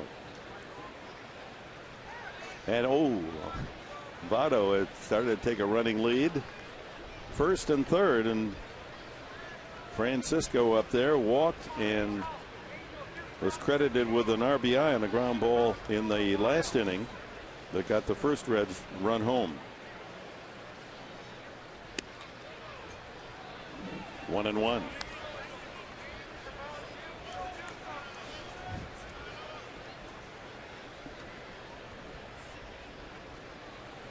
(2007) for Juan Francisco. Baseball America said that he had the best infield arm and the best raw power, comparing him to Jay Bruce and Joey Votto. So that's pretty nice to have as a minor leaguer when you're in the system for the Reds. Reds hoping it pays off at the big league level. He's got that big husky build. That back to the mound. One there. That's a perfect throw. Double play. Cantu stayed on the bag. There's the difference between what we saw last night with Clayton Richard. That was a confident whirl and throw by Qualls. He had to, because Francisco, big as he is, really can run, and they just do get the double play.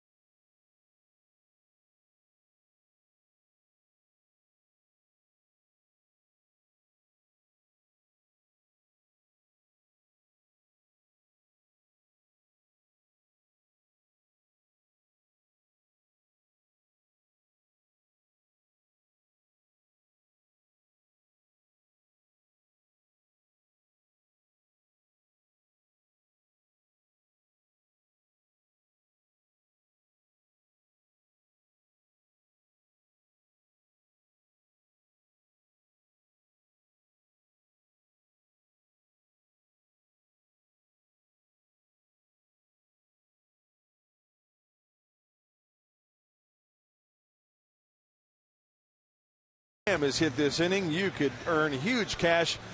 Enter at 4sd.com for more information.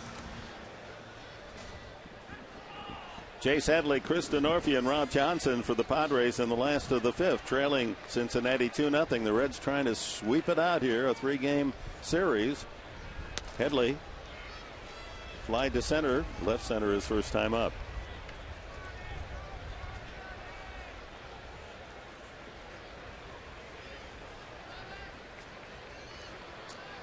There's a line drive, base hit. That's good to see, especially from the right side. Headley, of all the people who left the ballpark last night, and a lot of fans disappointed in that tough loss in extra innings, Headley had to feel worst of all. And he missed on a sacrifice and popped it up and then struck out with the bases loaded. And he came to the park today with some vengeance in mind. And he got his hands through quickly on that inside fastball. That's good hitting by Chase. So the leadoff man on for the Padres, only the second hit off Travis Wood. DeNorfia sends one to center field, giving some ground to Stubbs. That ball carried well. And there's one away. So Tim Stauffer, 4 1/3 innings, 2 runs, both earned, 6 hits, walked 2, struck out 4. Rob Johnson steps up. He lined out to right field his first at bat. Padres haven't been able to find the gaps.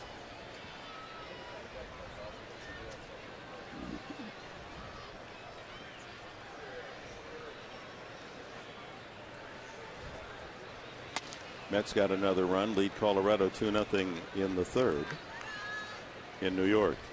Dodgers San Francisco play tonight. Giants won another close one, another 1-run game last night. So they have beaten Kershaw and Billingsley, or at least games they've started in that series, to move up to 5-6.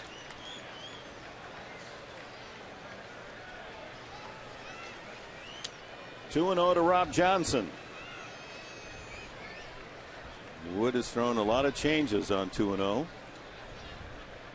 There's another one. Almost got to go up there and when you're ahead on the count looking for that pitch. 2 balls and a strike. Eric Patterson on deck will pinch hit for Coles. As compared to Tim Stauffer, who threw 99 pitches, this will be the 65th toss for Wood. Line by the third baseman, Francisco. First and second as Johnson hits a low screamer to left. Well, Padres have put together a couple of hits for the first time off Travis Wood in an inning.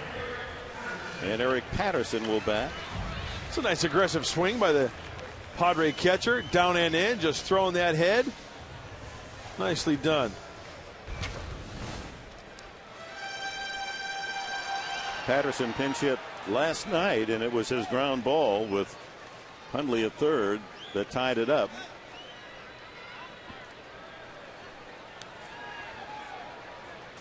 On the disabled list, as you know, as we left spring training and activated just this last week, along with Matt Latos. Line drive, is it going to carry? No. Boy dropped the ball. And now they've got a chance for a force, and they get it at second base. So, oh gosh, how many times? First, the line drive crush goes to the glove. He drops it, and they still get a put out. You know, I'm just glad Eric Patterson continued on running to first base. You know, a lot of guys, they smoke a ball like that right at an outfielder. As soon as the contact is made in the ball and the glove, they'll kind of give up a little bit and peel off. I mean, this ball is scalded. You don't get many fielder's choice 8-6s. Yeah. But Heisey able to get it to Yanish for the force on Rob Johnson. He had no chance. Nice turn by Heisey in right field on that turn at the force out at second base. Unlike a shortstop, the old 8-6. So first and third, 2 outs. 9-6 rather. Wow. 9-6. They work on that in spring training. The old 9-6 force play. Padres almost got a break. And again, a ball hit very sharply and right to a glove. Those are going to start falling. If you're hitting line drives, you can't go back with your chin down. Maben has walked and struck out against Travis Wood. Headley moved to third on the force at second. Johnson at first base.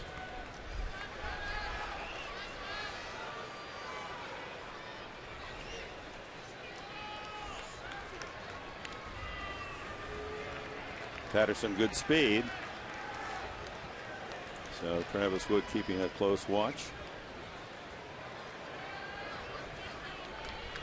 Well, I was told that Wood has a good move. I've yet to see it, so I've got a bone to pick with somebody.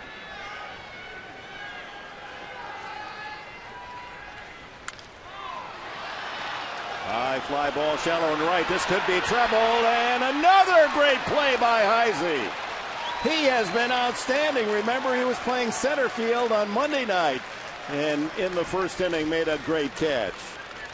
Oh, he had whipped the bat and glove. Chris Heisey has been a star this series. Thought that one might drop.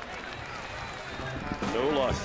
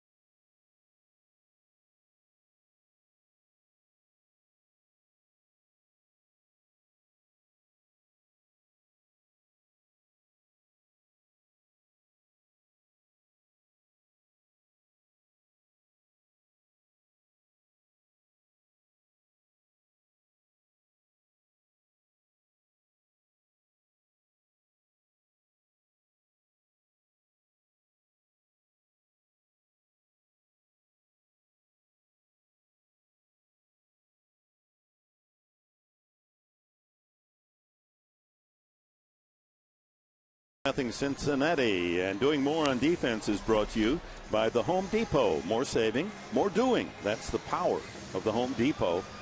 And that defensive play by Heisey, who has just had an outstanding 3-game series for a man who wasn't a starter coming into this series. Played center field, made an outstanding catch the other night. Another inning-saving catch. Padres would have possibly had 2 runs out of that. Frieri comes into work, top of the 6th. Ooh, big cut by Heisey, who has a double as well today. 3 for 7 in the series. Home run, 3 RBIs, and 2 outstanding defensive plays. And he hits this one high in the air to center. Maben for the out. Well, we started to say, yes, Cincinnati came here. We knew that they're going to score some runs. They were averaging 8 runs a game coming into Petco for the 3-game series. But the pitching with a couple of starters on the shelf has Johnny Cueto and Homer Bailey, to be specific, has their substitutes have pitched well. And their defense, they were number 1 in the league in defense last year. Least number of errors. They're just making big plays every game. What would you say, Dick? Their defense has saved about what, maybe 3 to 5 runs? At least. I mean, the catch by Heisey in the first inning on Monday night. That would have been 2. At least 2 there. Yeah. That one could have been one surely, and maybe 2, because the runner at first was going all the way. The play Phillips made the other night to get Venable, that was a run. That's 5. Yeah, and then anything else that might have followed. Sure. And Roland down here, that's another. Right. That's right. So in 3 games dominated by starting pitching, your defense saves you 6 runs. Yep, that's huge. Big rip by Hernandez. Out goes 1 and 2. That's what? That's what? Huge. That's huge. Huge. That's Chicago, right? Yeah. Frieri. That one slap foul.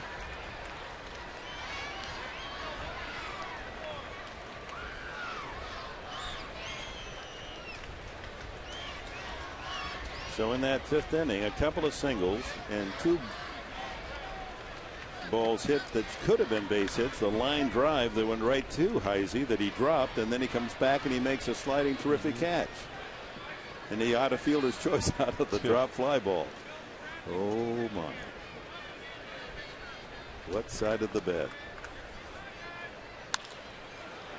To right center and racing in and missing the ball is the Padres Denorfia, and on to second goes Hernandez with a double. Well, there, folks, is the difference. Back to back, they make the play, and the Padres, I mean, it was a tough play. Denorfia just misses.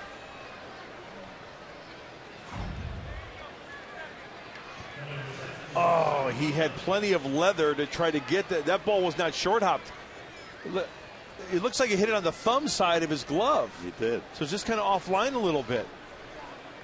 Oh, the glove just wasn't on line. That ball was not short hopped. Great effort by Chris Denorfia out in right field. Yeah, not taking a thing away from the effort, nor that of Heisey, but Heisey made his catch. Hernandez at second with 1 out. Paul Janisch has grounded out and popped up. 2-0 Reds, and a chance for more here against Frieri. Pop up. Cantu leans in. Did he get it? Yes, he did. And wisely tagging and moving to third is Hernandez.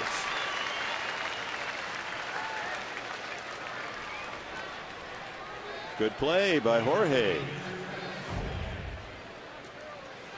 Remember this play last year? Aubrey Huff going into the stands, and then Chase Headley tagging up at second base, going to third.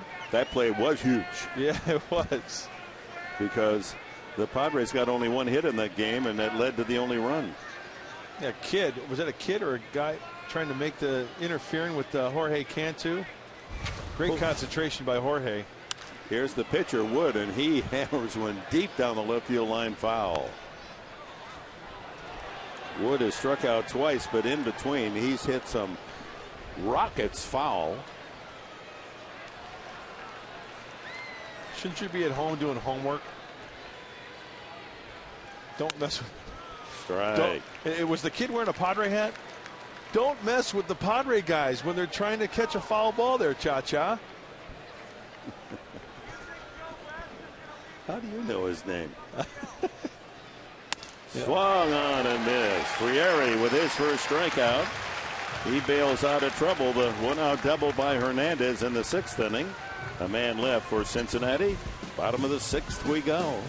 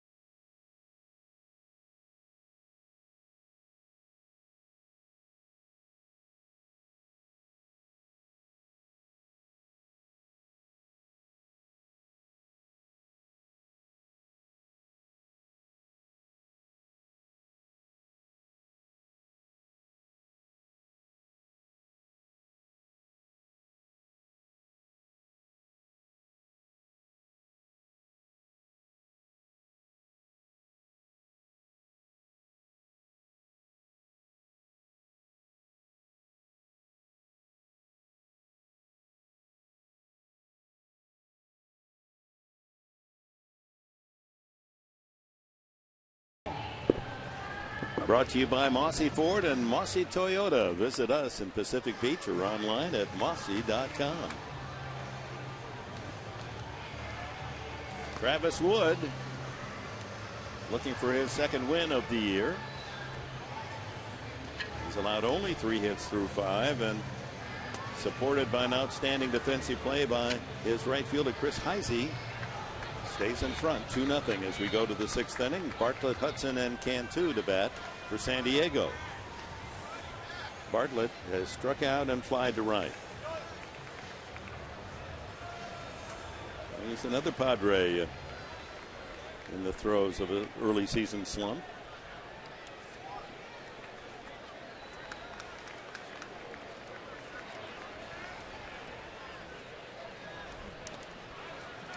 That's ball 1. You consider Bartlett hitting 148 starting today. Cantu 190. Brian Ludwig 094. Headley 212.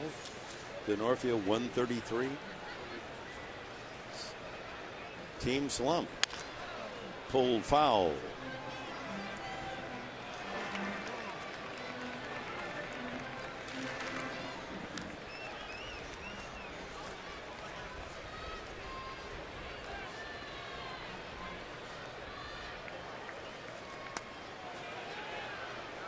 Did not go around. Another changeup.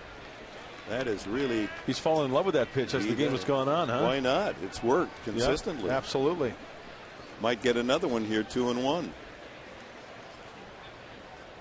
No, line drive caught by Votto. Another bullet right to a glove. Well, sooner or later.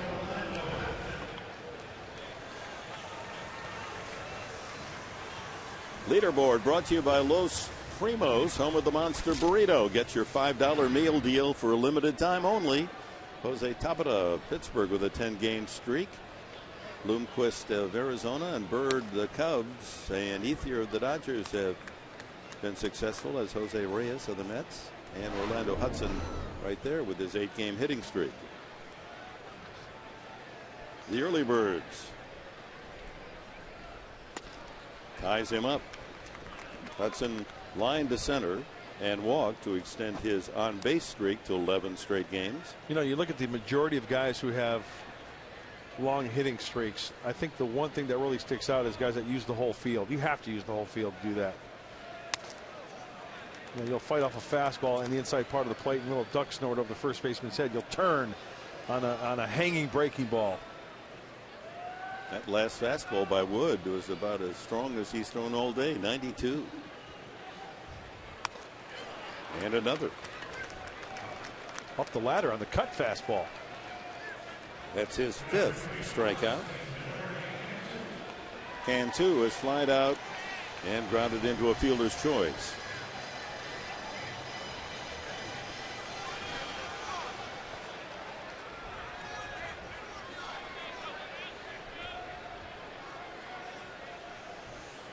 Two runs, 7 hits for Cincinnati. No runs, 3 hits for the Padres. There's the changeup way out in front. Boy, he has a good motion with it. He's not just getting the Padres to swing and miss. They're looking bad swinging and missing.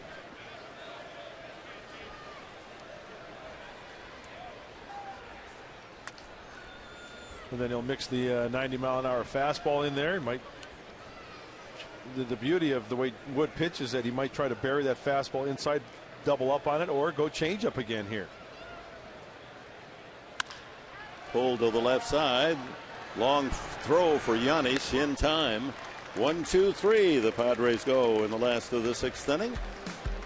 The Reds lead it 2-0.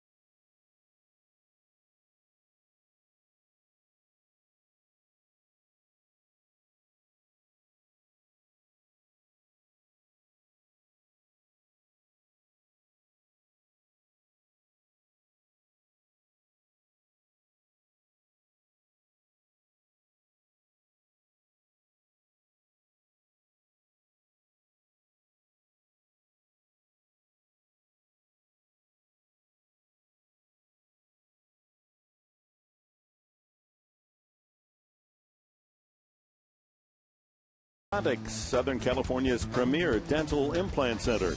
See the difference at Permadontics.com. By MTS. MTS moves me. And by Cox Advanced TV. Get more of what you're into with Cox Advanced TV.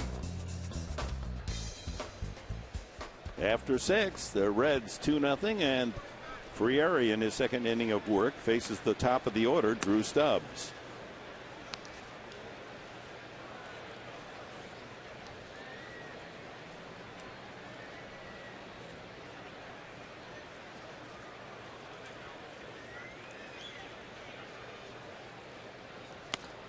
Misses inside, 2-0.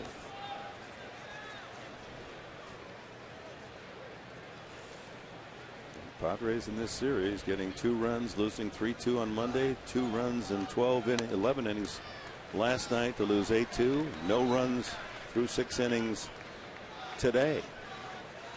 Maybe the day hours and some sunshine might awaken the bats, but not so far. Cincinnati pitching just too good. Line right to the shortstop Bartlett, a dying line drive.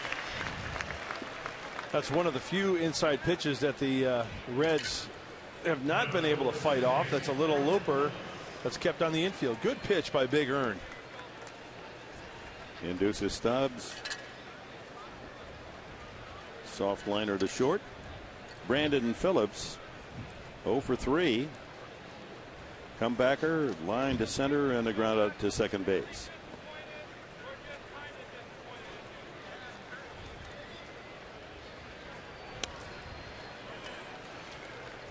In case you're just joining us, the Padres manager Buddy Black ejected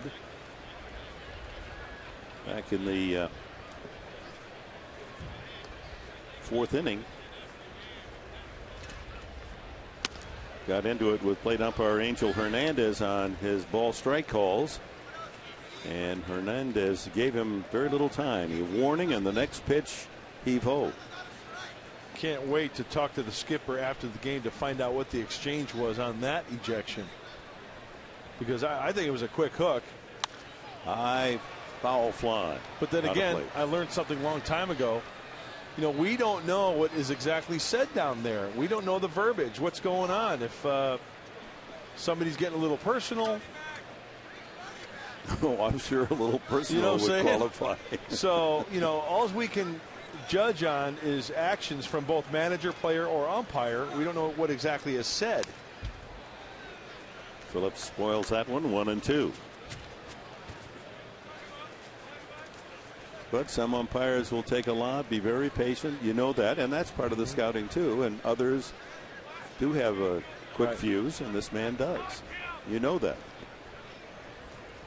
I think Buddy just needed to show his team that struggling here, that he's still full of fight. He's going to battle for him. Outside.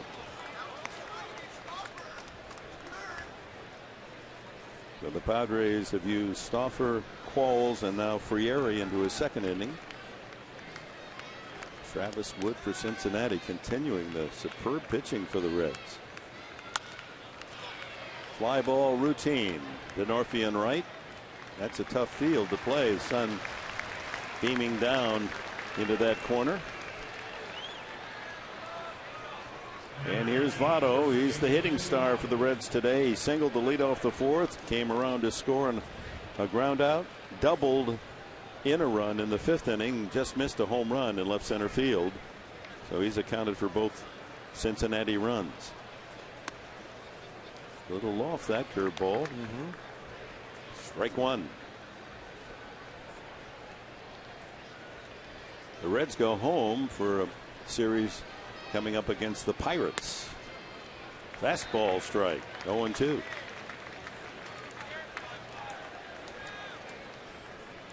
Votto locked up with a long-term multi-million-dollar contract.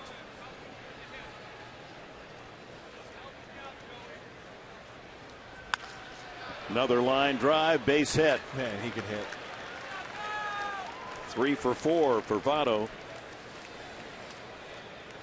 who has 5 hits in the series, and he came in here from Arizona where he went 6 for 10.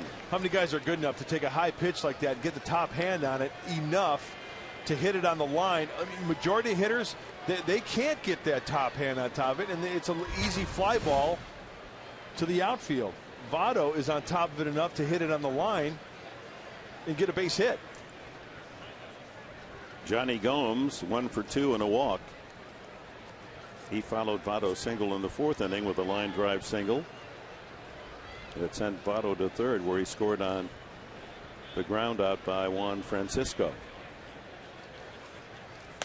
Pitch out. Votto stole third his last time aboard. That was against Qualls, who ignored him, and he had a huge lead. Huge. That's what I said.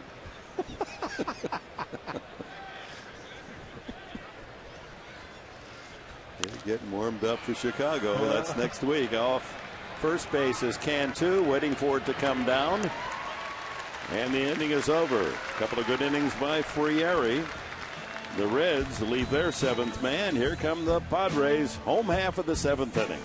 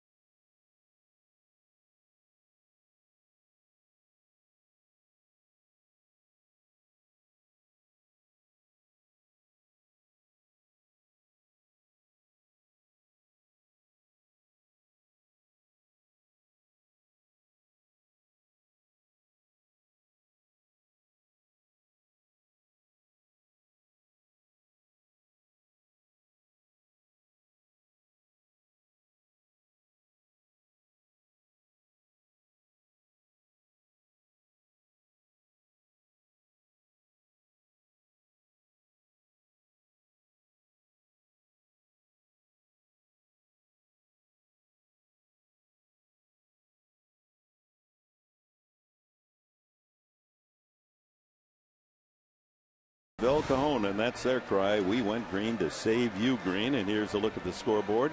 The Mets have a 3-1 lead against Colorado in New York, top of the 5th inning. Todd Hilton with a RBI single, and the Cubs and Astros will see both of those teams on the upcoming road trip, as Chicago with a 5-0 lead at Houston in the 2nd. The Astros off to a slow start. They're 3-8. Okay, it's time for to bust out the shillelaghs for the East County Padre King, Mickey Koch, watching on Channel 4. Ludwig first ball hunting, and sends a high fly ball into shallow right. Heisey calling off Phillips. 1 away. You know, when a guy hits a high fly ball like that, doesn't miss it by much. So Wood, 1 pitch, 1 out. He has a total of 81 pitches in the game. Chase Headley lined a single to left field the last time, and that started what looked like a hopeful inning for the Padres. Take strike 1. Denorfia flied out, but Johnson followed with a single to left. Then Patterson pinch hit and hit a line drive to right that Heisey dropped, but kept it right at his feet and able to throw to second base and get a force. Runners first and third, and then Maben parachuted one down the line in right field, and Heisey came in with a sliding catch to deny. That could be a base hit. Tough chance for the third baseman Francisco, and he doesn't get him. Made the play, and Headley just did beat it out. Swinging bunt single for Headley. He's 2 for 3. You know, I'm impressed by Francisco. Very, you know, why did Votto come off the bag? I mean, it wasn't that bad of a throw, was it? No, he would have gotten him. The ball was there in time. I'm kind of perplexed. Oh, please don't. Yeah. You just get so moody when you get perplexed. You know what? It's just odd. It was a great play by Francisco. Yeah. If he would have been in contact, who knows? Well, break for San Diego. Padres need him. Here's DeNorfia. Grounded into a double play and sent a fly ball to center field. Chris has been up only 17 at bats, but was knocked into 4 double plays. Ouch. Infield set for 2 here for Cincinnati. 1-1. Good command by this left-hander Travis Wood.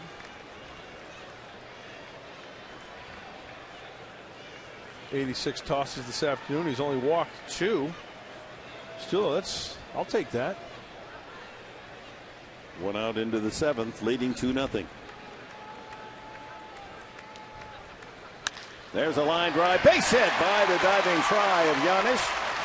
Holding at second base is Headley. DeNorfia with a solid base hit. So 2 on with 1 out here in the 7th. Tying run carried by DeNorfia at first. And up comes Rob Johnson. Hey, that's the good one sound that we love to hear. And we love to hear that sound off the bat, but we don't like to hear the ball going into the glove. This one does not find a Cincinnati Reds glove. Wow. Isn't that a good sound to it? It really is. I mean, you don't have to see it to know that ball was well struck. There have been some balls that have been struck like that, but the defense has squeezed it for the out. Johnson, solid single his last time up as he drove one past the third baseman Francisco, and he gets a changeup. 1-0. 17,057 are attendance on this Wednesday afternoon. He skips that one, and Hernandez just does keep it nearby so that the runners cannot advance.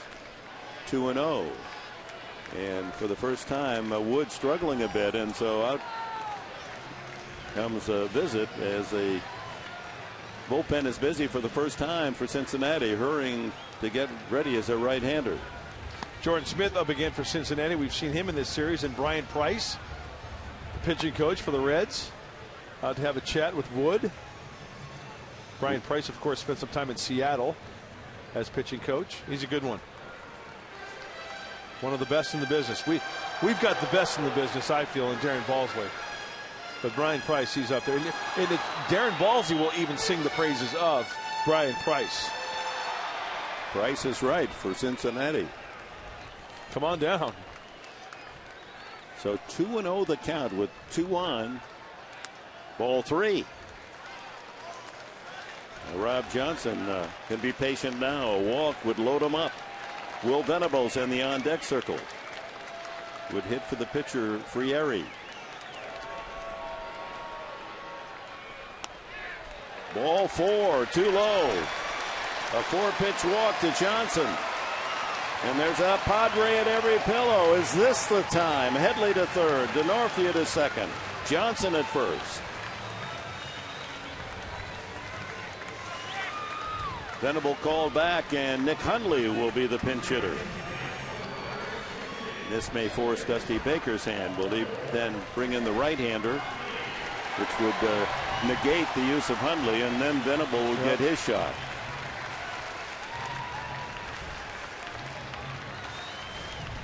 .91 pitches into the game. Travis Wood leaning on a 2-0 shutout as Hundley is introduced.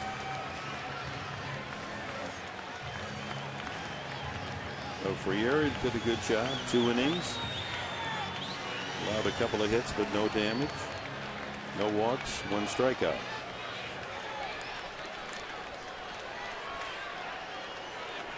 Now the hat is off. The bullpen coach indicating that Jordan Smith is ready to go. But they're going to let him pitch to Hundley. He's showing some confidence in his left-hander. Here's the Padres' best hitter this first 10 days of the season with the bases full, 1 out. Oh, and he came out swinging. Got a fastball middle in. That's what you like to see. Love to see that. Now Nick knows by sitting on the bench and probably watching in the video room that Wood likes to throw that changeup. But he was very quick to the fastball, just couldn't square it up. 387 start for Hundley. 1-1.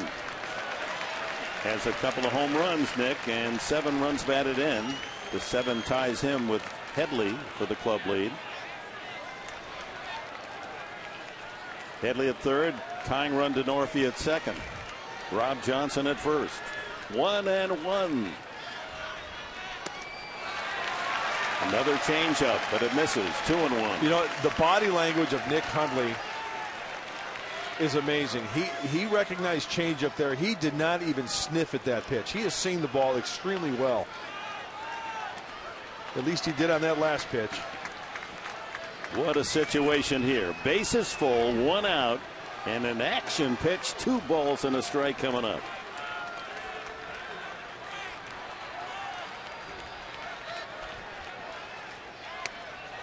Strike on the outside corner. Pitcher's pitch. Knee high, right on the corner.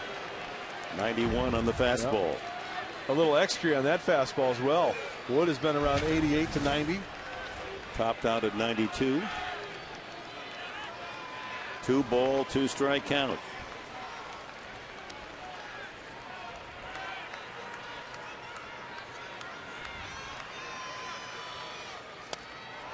Ooh, man. That was close. 3-2. Oh, that was very close. Now the pressure on Wood, has to throw a strike or throws the Padres a run. Crowd trying to help out. Line to right field and caught by Heisey. That'll get a run home, and Northey on his way to third. 2-1 the score. Again, a well-hit ball, but it finds a Cincinnati glove. And Nick Hundley saw a lot of pitches from the lefty Travis Wood. Let's start it off with that first pitch fastball. He fouls it straight back. And you can see that Wood trying to just upset the rhythm with changeups, but he is keeping it down. After that first pitch, everything was down. He gave him 1 pitch to hit during the at-bat. Nick fouled it back, but he got the job done with a sac fly. That was a good at-bat by Nick Hundley. So Dusty Baker out. He's going to make a pitching change as for the first time Travis Wood struggles. Padres have a run, 2-1, and the tying run at third with 2 outs as the pitching change is made.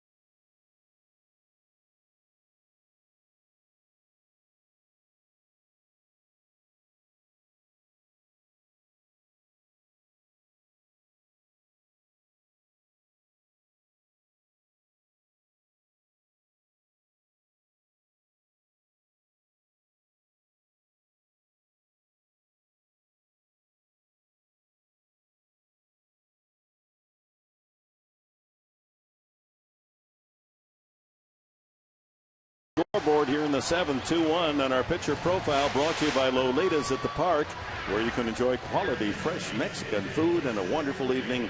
Happy hour 7 days a week. Jordan Smith pitched in a couple of innings in the Monday night 3-2 win.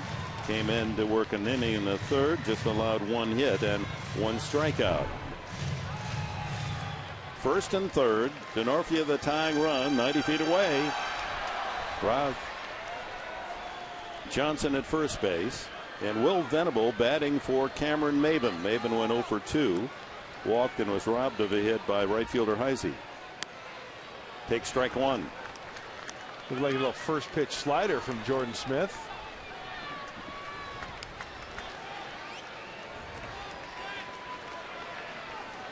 Padres looking for that one big hit. Ooh, threw that one by a weak swing. A slider fooled Venable. 0-2. I'm sure Will was back in the clubhouse, back in the cage, taking some hacks off of the tee. Or maybe even Ray Crone throwing some pitches to him to get him loose for this pinch hitting appearance. Something happening here. That Hernandez pointing out at something on the uniform of Jordan Smith.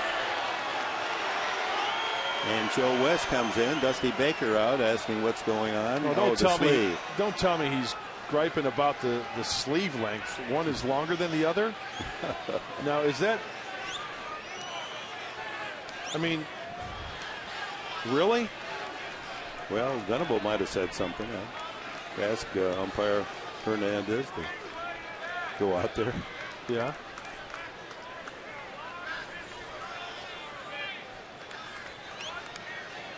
Meanwhile, Smith has jumped ahead 2 strikes on Venable.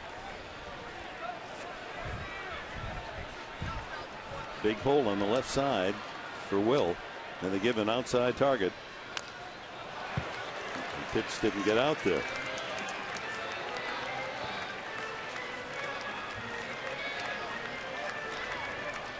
Smith, another of this young stable of pitchers for Dusty Baker. He's just 25. Hit well to right center field, but center fielder Stubbs is there, and the inning is over. Got a lot of it, but couldn't find a hole. Padres do get a run on a couple of hits and leave 2. We go to the 8th, 2-1.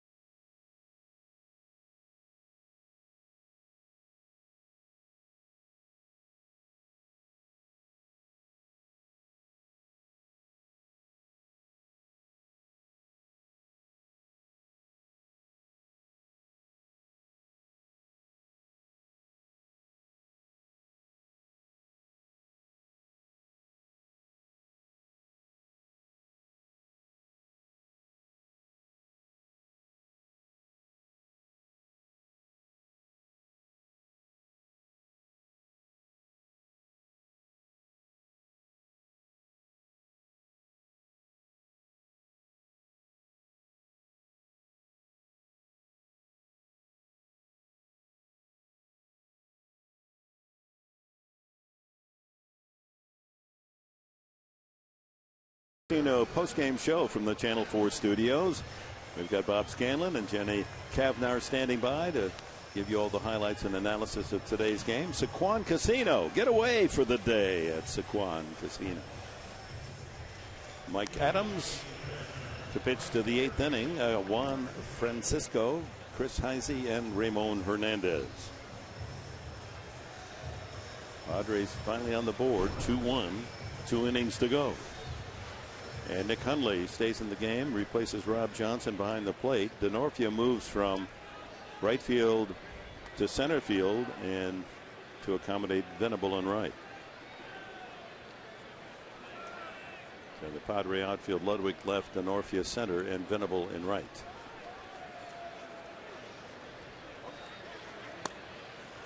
Ball one to Juan Francisco. He's walked, grounded into a fielder's choice, got an RBI in that play in the 4th inning, and hit into a 1-6-3 double play.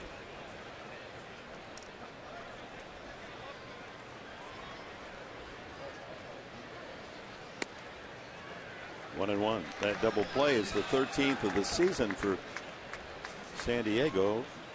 They were tied for second for the National League lead in twin killings. The Dodgers with 13, number 1.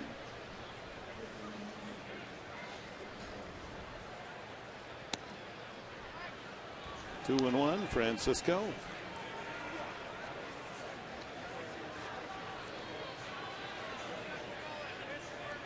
Once again, the pitching, no problem there. And Aroldis Chapman getting ready, the Cuban missile.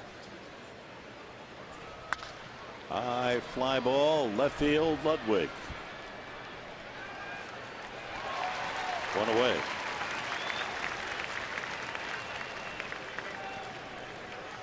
Chris Heisey steps up.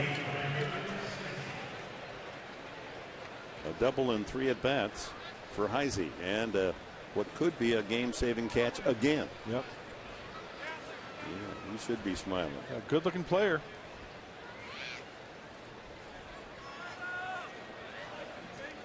Be able to platoon Jay Bruce and Heisey. Pretty good for Dusty Baker. 2 really talented players.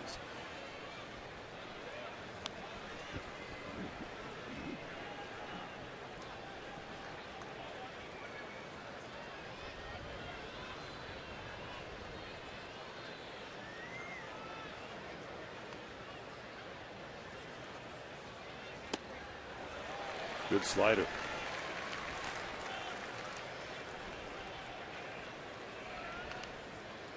We'll give you the pitching matchups for the Houston series when we get a moment.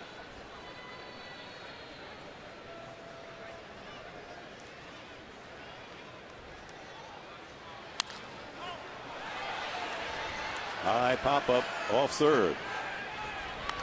And Headley with a foul put out. Here is the Houston 4-game series matchups. Dustin Mosley tomorrow night, our TV time, 4:45 against right-hander Bud Norris. Aaron Harang, J.A. Happ, a real good outing the last time for the Astros, one of their 3 wins.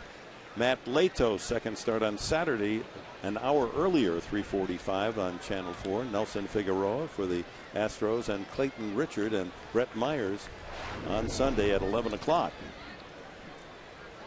Myers, their top pitcher. Fastball strike to start Ramon Hernandez, who has a double in 2 trips. Also an intentional walk.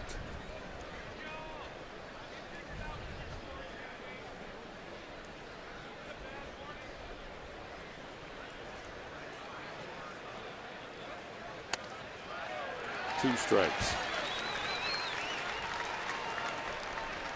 I think Ramon Hernandez is not upset at Angel Hernandez. No relation, by the way. I think Ramon is upset that he didn't jump all over that pitch, because that looked like a crushable pitch. Ball was right down the middle. Maybe Ramon was looking for something else.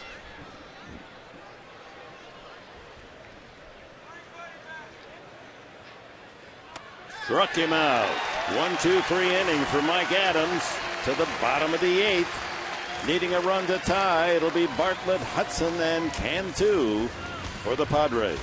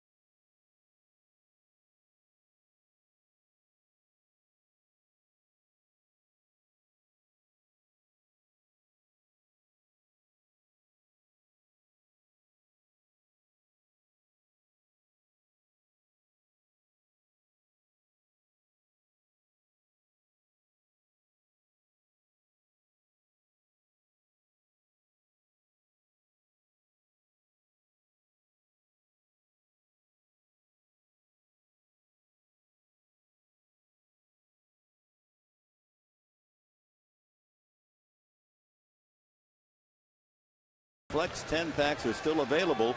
You pick any combination of tickets or games, save up to 20%.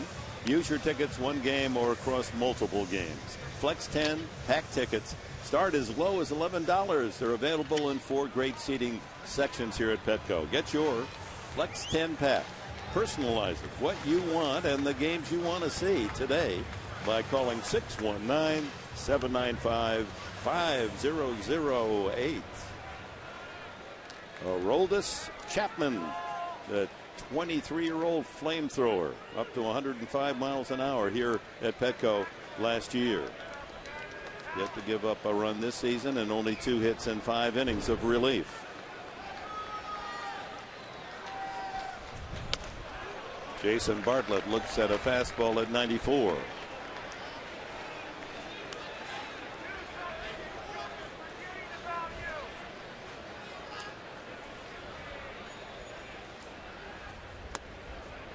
Two and 0.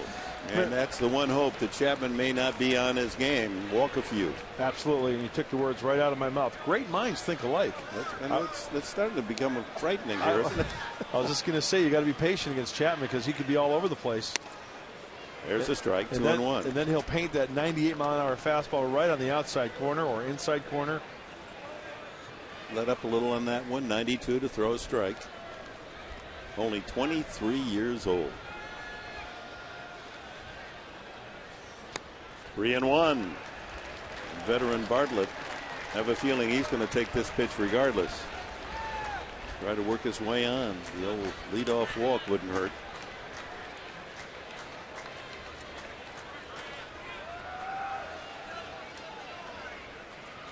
Ball 4. Bartlett leads it off with a free ticket.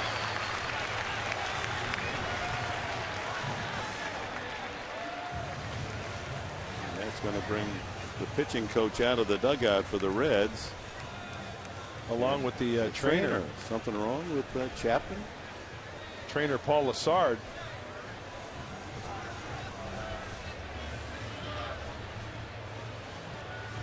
I didn't notice anything different from the delivery.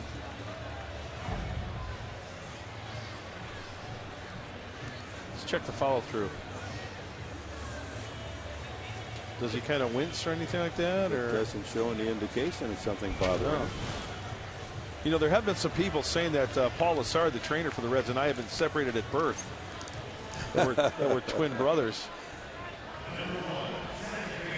Well, he was the better looking of the two, right? Paulie's a good man. Oh, I don't get those two heads together in the same place at the same time. Start a bowling alley. Beer frame. 2-1 the score. Do you bunt here for Hudson? I think you do. He squared the bunt. Oh, throw the ball away. Doesn't need to sacrifice. Bartlett on his way to second. Oh, don't go. And he puts on the brakes as he took a strong turn at second. The throw came in. So an error by Chapman as he, with his wildness, has walked and thrown a advance to second on an error. Whoa, he airmailed that one. Not even close. Votto didn't even get a chance to even try to get a glove on it. And fortunately for the Reds, it took a big hard carom out toward the foul line and didn't go skipping down into the bullpen. Now Orlando Hudson needs to put down a good bunt to get him over to third base. So the tying run with no one out here in the 8th inning at second base. Votto comes in at first, and third baseman Francisco has to charge late, but that's the aim of Hudson. He'll try to get it to third. And he takes ball 1, but you got to make Chapman throw a strike too. Yep. Nick Massett, we saw him in the game yesterday, won an inning and gave up one of the 2 runs the Padres scored. Ball 2. You know, Chapman seems like he'd be a tough guy to bunt off just because he is so erratic. You know, you square around and you get that fastball up and in, you got to get out of the way. So in uncomfortable, not only uncomfortable at bat, but also uncomfortable to try to get down a sacrifice bunt. I mean, that fastball will ride up on you. Next thing you know, you pop it up over the screen. Got to make sure you get that down. That's exactly what you're talking about. 3-0. So Chapman has yet to throw a strike. 7 straight balls plus a wild throw to first.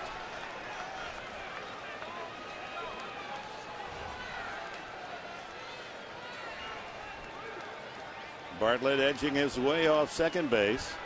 No one out here in the bottom of the 8th inning. 2-1 Cincinnati. There's a strike on the inside corner. And again, he took something off the fastball to get it in the strike zone. 91. I take that back. He did throw strikes to Bartlett. 3-1. Oh, a perfect bunt. He's going to go to third anyway, and they get him.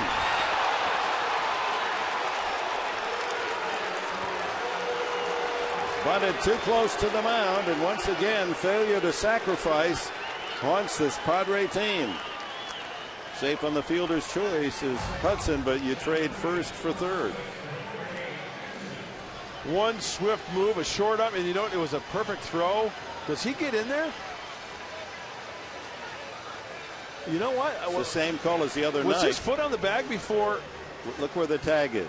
Tag is there's the foot's on the bag, and then the tag comes later. You know, that's the same call as the other night. I think you're right, Dick. I think the tag was late. I think he did get his foot in there. That's twice that's happened. Exactly the same play, a bunt play, and the throw to third to try to get the lead runner, and a late tag, and they get the call both times. Another pitching change. Get out the antacid pills. This is tough on the stomach line.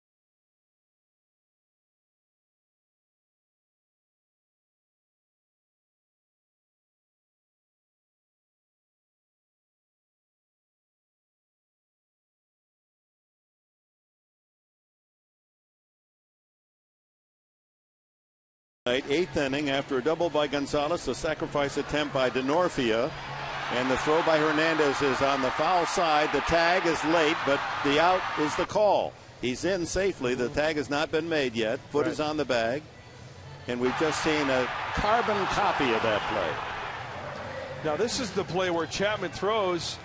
Now what's interesting about this play, if you look at Francisco's left foot, it looked like Francisco's foot was on the bag and preventing Bartlett to reach the bag.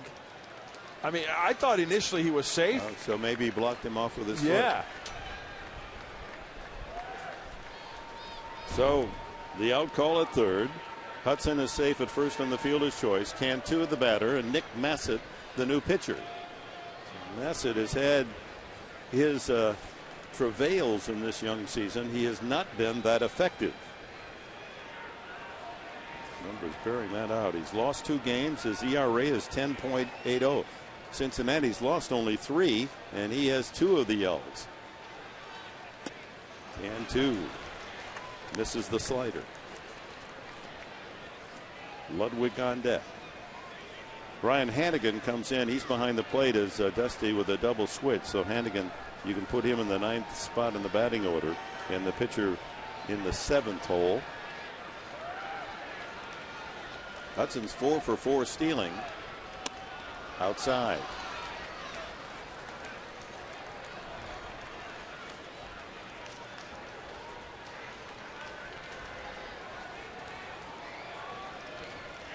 Reds leading 2-1 here in the home half of the 8th inning. The tying run now carried by Hudson at first base for the Padres. There he goes. Low, Hannigan's throw, not in time, goes into center field. Hudson on his feet. Here comes the throw. Hudson is safe. Orlando Hudson with his 5th steal of the year induces the error by Hannigan. And the Padres had the man at third after all with 1 out. Good jump. Short hop to Hannigan. Rushes the throw. And a nice pop-up slide from the head-first slide for Hudson into second base as he goes into third. And that's another King Stallman stolen base. 90 feet away from tying it up. 1 out, a man at third. Infield will draw in. Francisco at third. Giannis at short. Phillips at second. Votto at first, right at the edge of the grass.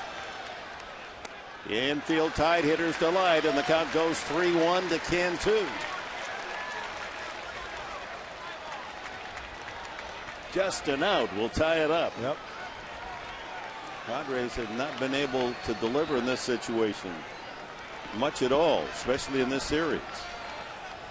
There's a slow roller to third. That's going to get the job done. The throw to first. He's out, but the Padres tie it 2-2.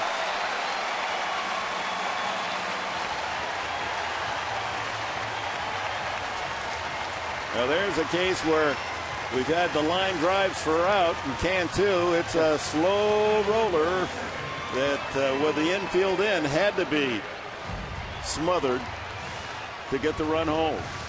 I have to say, in the short time that I've seen Juan Francisco at third base, I'm impressed.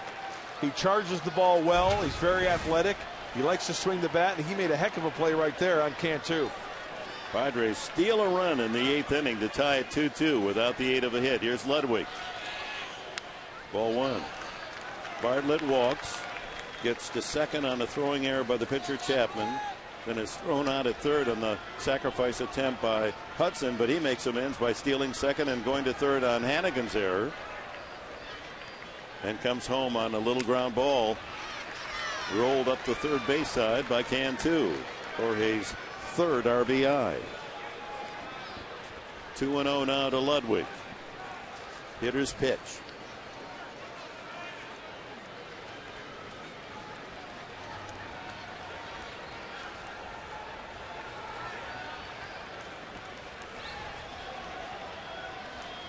Three and 0.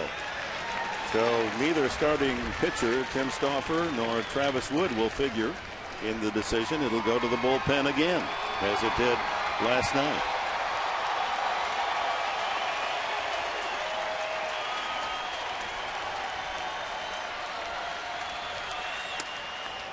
Ball 4 misses outside. A second walk in the inning, the first by Massick. 2 walks, a stolen base, 2 errors to get the Padres even. In desperate times, you'll take this kind of inning. Anything that the opposition is willing to offer. Headley turns around, bats left-handed. He was 2 for 3 right-handed. Right to the first baseman, Votto. And the inning is over. But the Padres get a run without a hit, 2 Cincinnati errors, and a man left. To the 9th, tied again, 2-2. Sound familiar?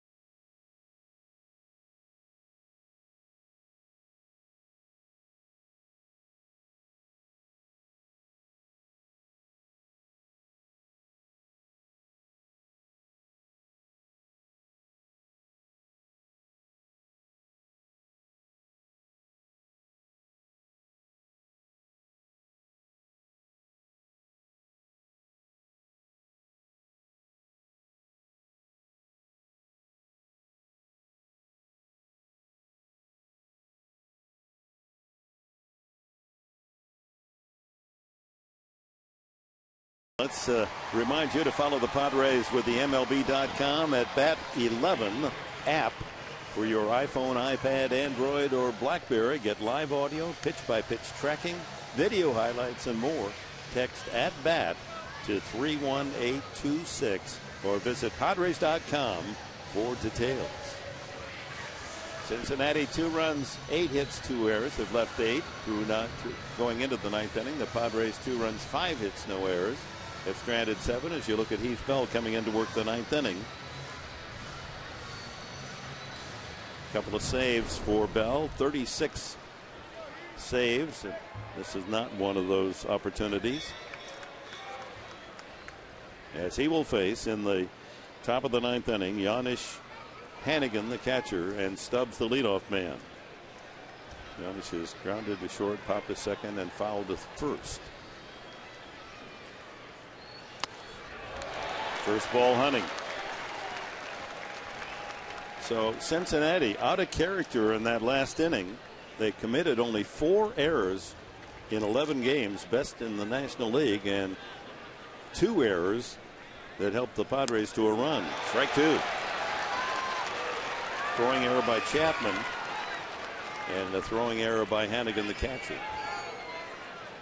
How about Orlando Hudson? That was some base running. Oh, yeah.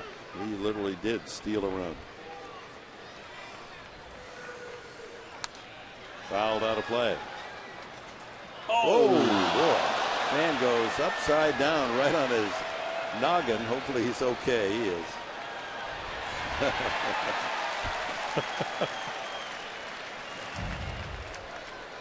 Goes his eagerness to get the ball. Out. No, the East German judge gave him a 4 on that. I can't believe it. Not a clean landing. Oh, and he comes up triumphantly. Somewhere Kerry Strug is cringing. Outside, 1-2. Oh. It's my privilege to call that moment. What a sensational moment. One foot landing by Strug to help U.S. win the gold medal. 1-2. Another foul.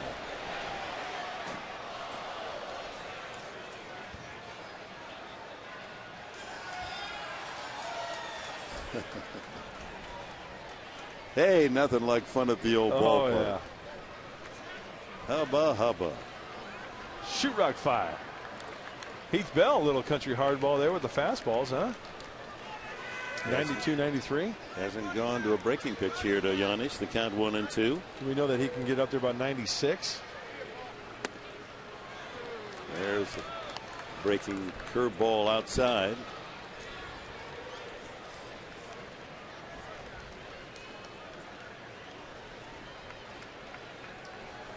Heath is closing in on Trevor Hoffman's record for consecutive saves. High fly ball, shallow and right. Hudson waving off and makes the catch.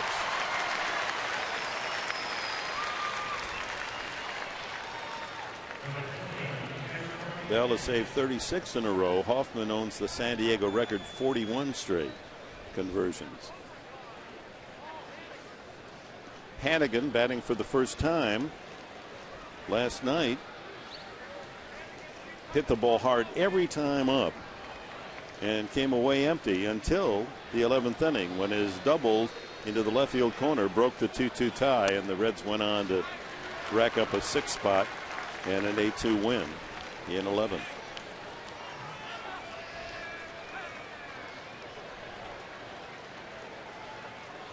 After that throwing error that set up the unearned run, he'd like to pay back here. 1-1. Bottom of this 9th inning, it'll be the lower third for the Padres. Denorfia, pitcher's spot, and Eric Patterson. Driven into left field. Ludwig on his horse makes the catch.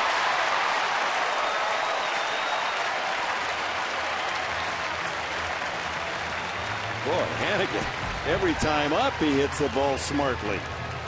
Ludwig outruns it. Nice play by Ryan going to his right. Yeah, you know what? That's not an easy play.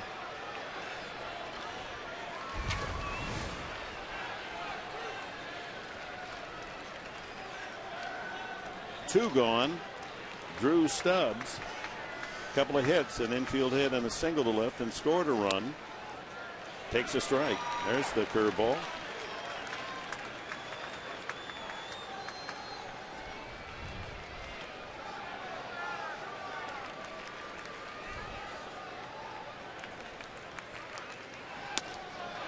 Strike two.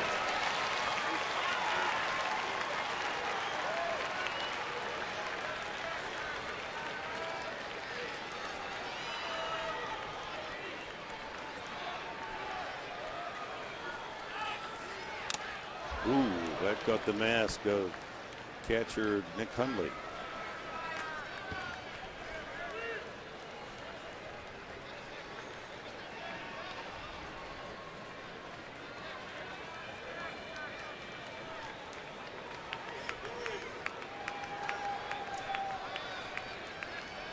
Bell ahead on the count.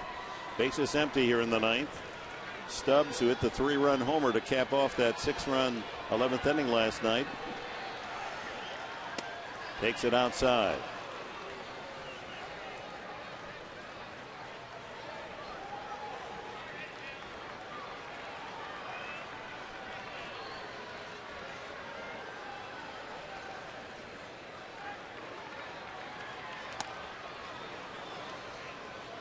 Wastes one upstairs.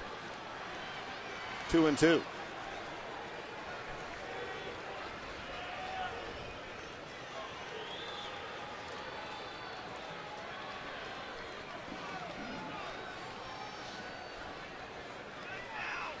Struck him out.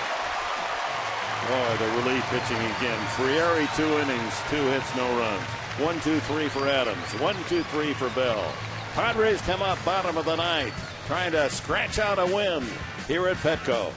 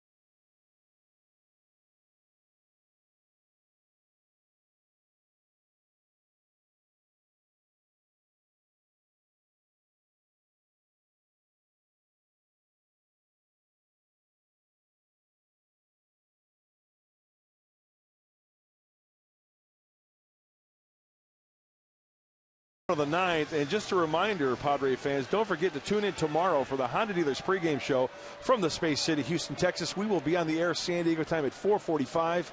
We hope you join us for Padre baseball as they hit the road tomorrow. Chris Denorfia leads off here, bottom of the ninth inning. Brad Hopp on deck. Miguel Cairo goes in to play second base.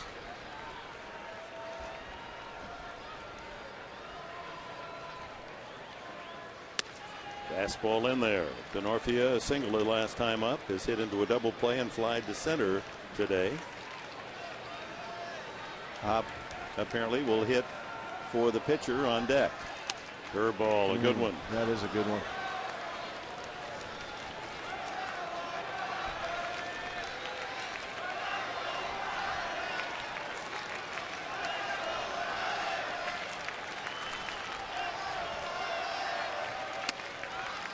Outside with a fastball, 2-2.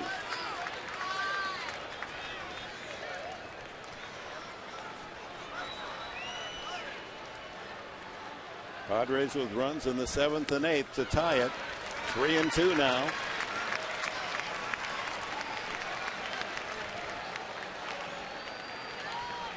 Hop on deck and Hundley in the hole. Denorfia trying to reach. Slice down the right field line. That could be trouble. Heisey. No, my. Not another one. Send him to Cooperstown. Heisey all over Petco Park making sensational plays. That's 3 in the series. Took a double away from Denorfia. This guy's unbelievable. He's all over the place. You know, we saw him the first night come in on a baseball from center field, closing in on it. Just great jump, great speed to make that catch. He wasn't even fully extended. Did you see it kind of short? You know what I'm saying? Mm-hmm. He had plenty of room for more extension. Here's Brad Hopp. He takes ball 1. Isn't Hopp just about due to crush one? Looking for his first home run as a Padre. 2-0. We could put a highlight package together just from this series, Chris Heisey. And when he isn't making sensational plays like this, he's hitting home runs. The man's a menace. Send him to a higher league. Ooh, there was the home run swing. Couldn't catch up to that 95-mile-an-hour fastball, however. Got what he wanted.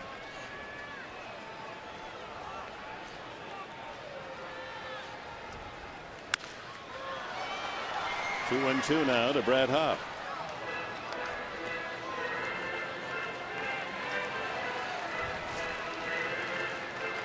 Only one bench player left for Bud Black.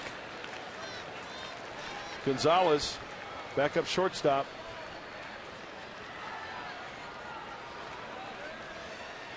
Two balls, 2 strikes.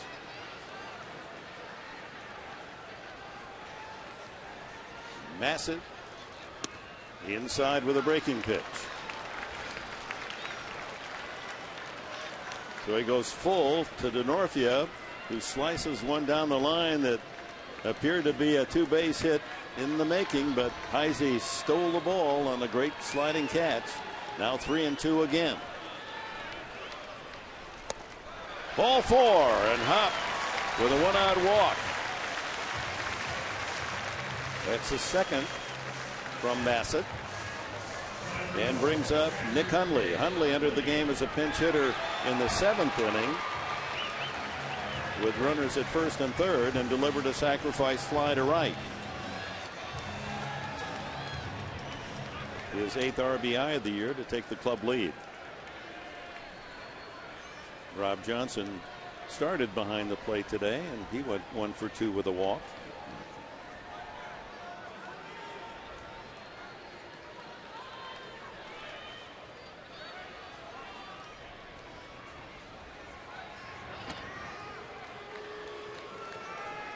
Winning run aboard, carried by Hopp. Boy, how big was that play by Heisey to lead off the inning?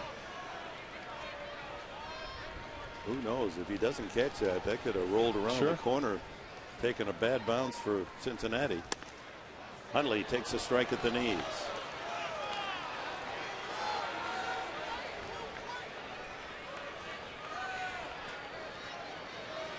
Infield back, squeeze towards second up the middle with Yonish and Cairo looking for a double play chance.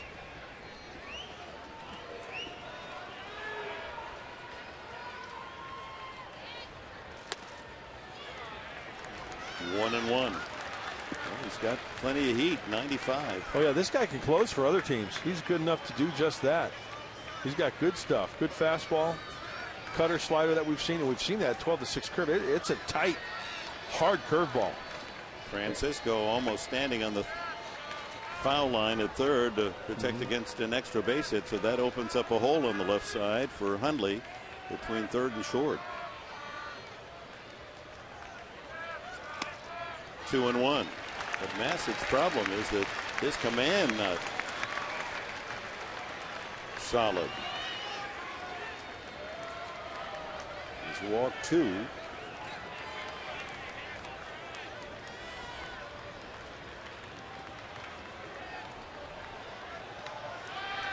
Runner goes, base hit to right field, hit and run, hops on his way to third. Hundley continues his terrific hitting, and the Padres with 1 out have the winning run 90 feet away again. Boy, that was a nice swing. Absolutely beautiful. Stay hot, jolly old St. Nick. Runner's going. You get a fastball down and away, and he just pokes it that way nicely. Almost hit hot. A little first and third action. Now probably will walk Venable to load the bases. That's the play, and then bring the outfield in and infield in. Waiting for Dusty Baker's call, and they're going to walk Venable.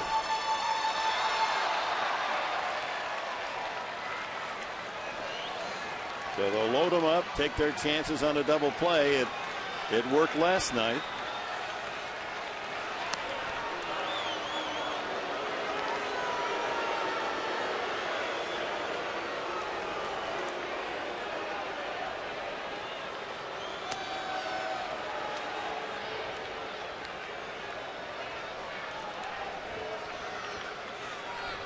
So Venable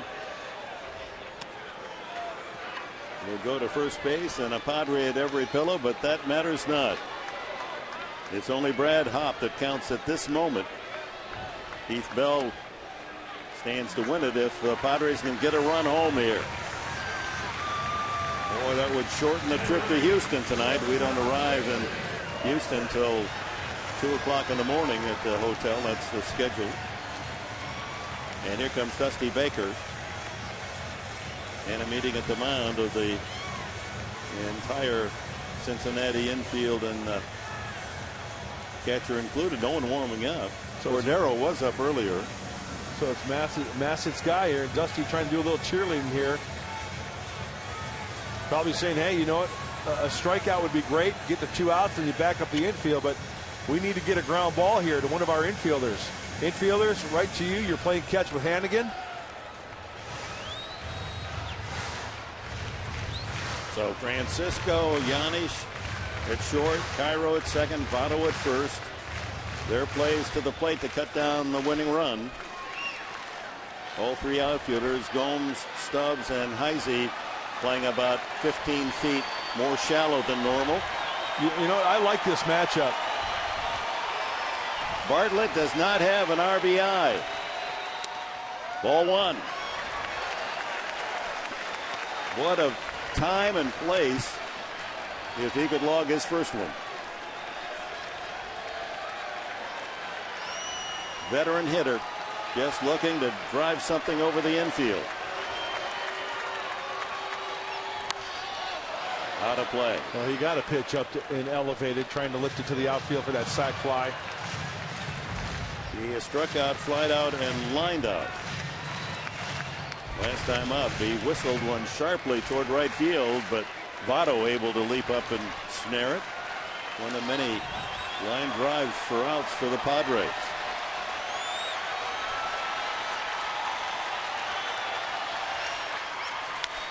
Rolled to third. Francisco to the plate.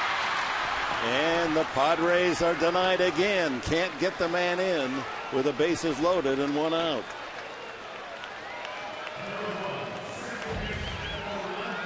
There's that grounder Dusty Baker was looking for. Francisco doing a fine job getting the force at home, firing a strike to Hannigan. And one more chance for San Diego. Hit slow enough to where they couldn't get a double play, so that's, works to the Padres' advantage. So Hundley now is the winning run with 2 outs at third, bases loaded.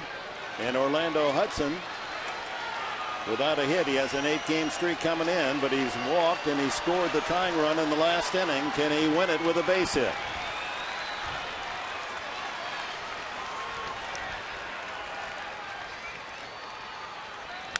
Line drive, left field. Padres win.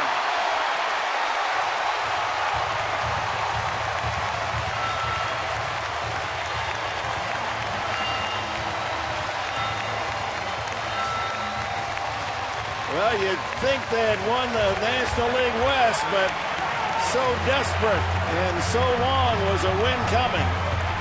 A lot of frustration and that joy.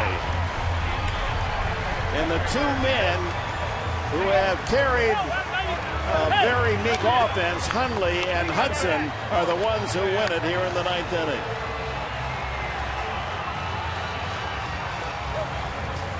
Orlando Hudson extending his hitting streak to 9. More importantly, winning it for the San Diego Padres. Oh my. Boy, the boys sure needed that one, didn't they?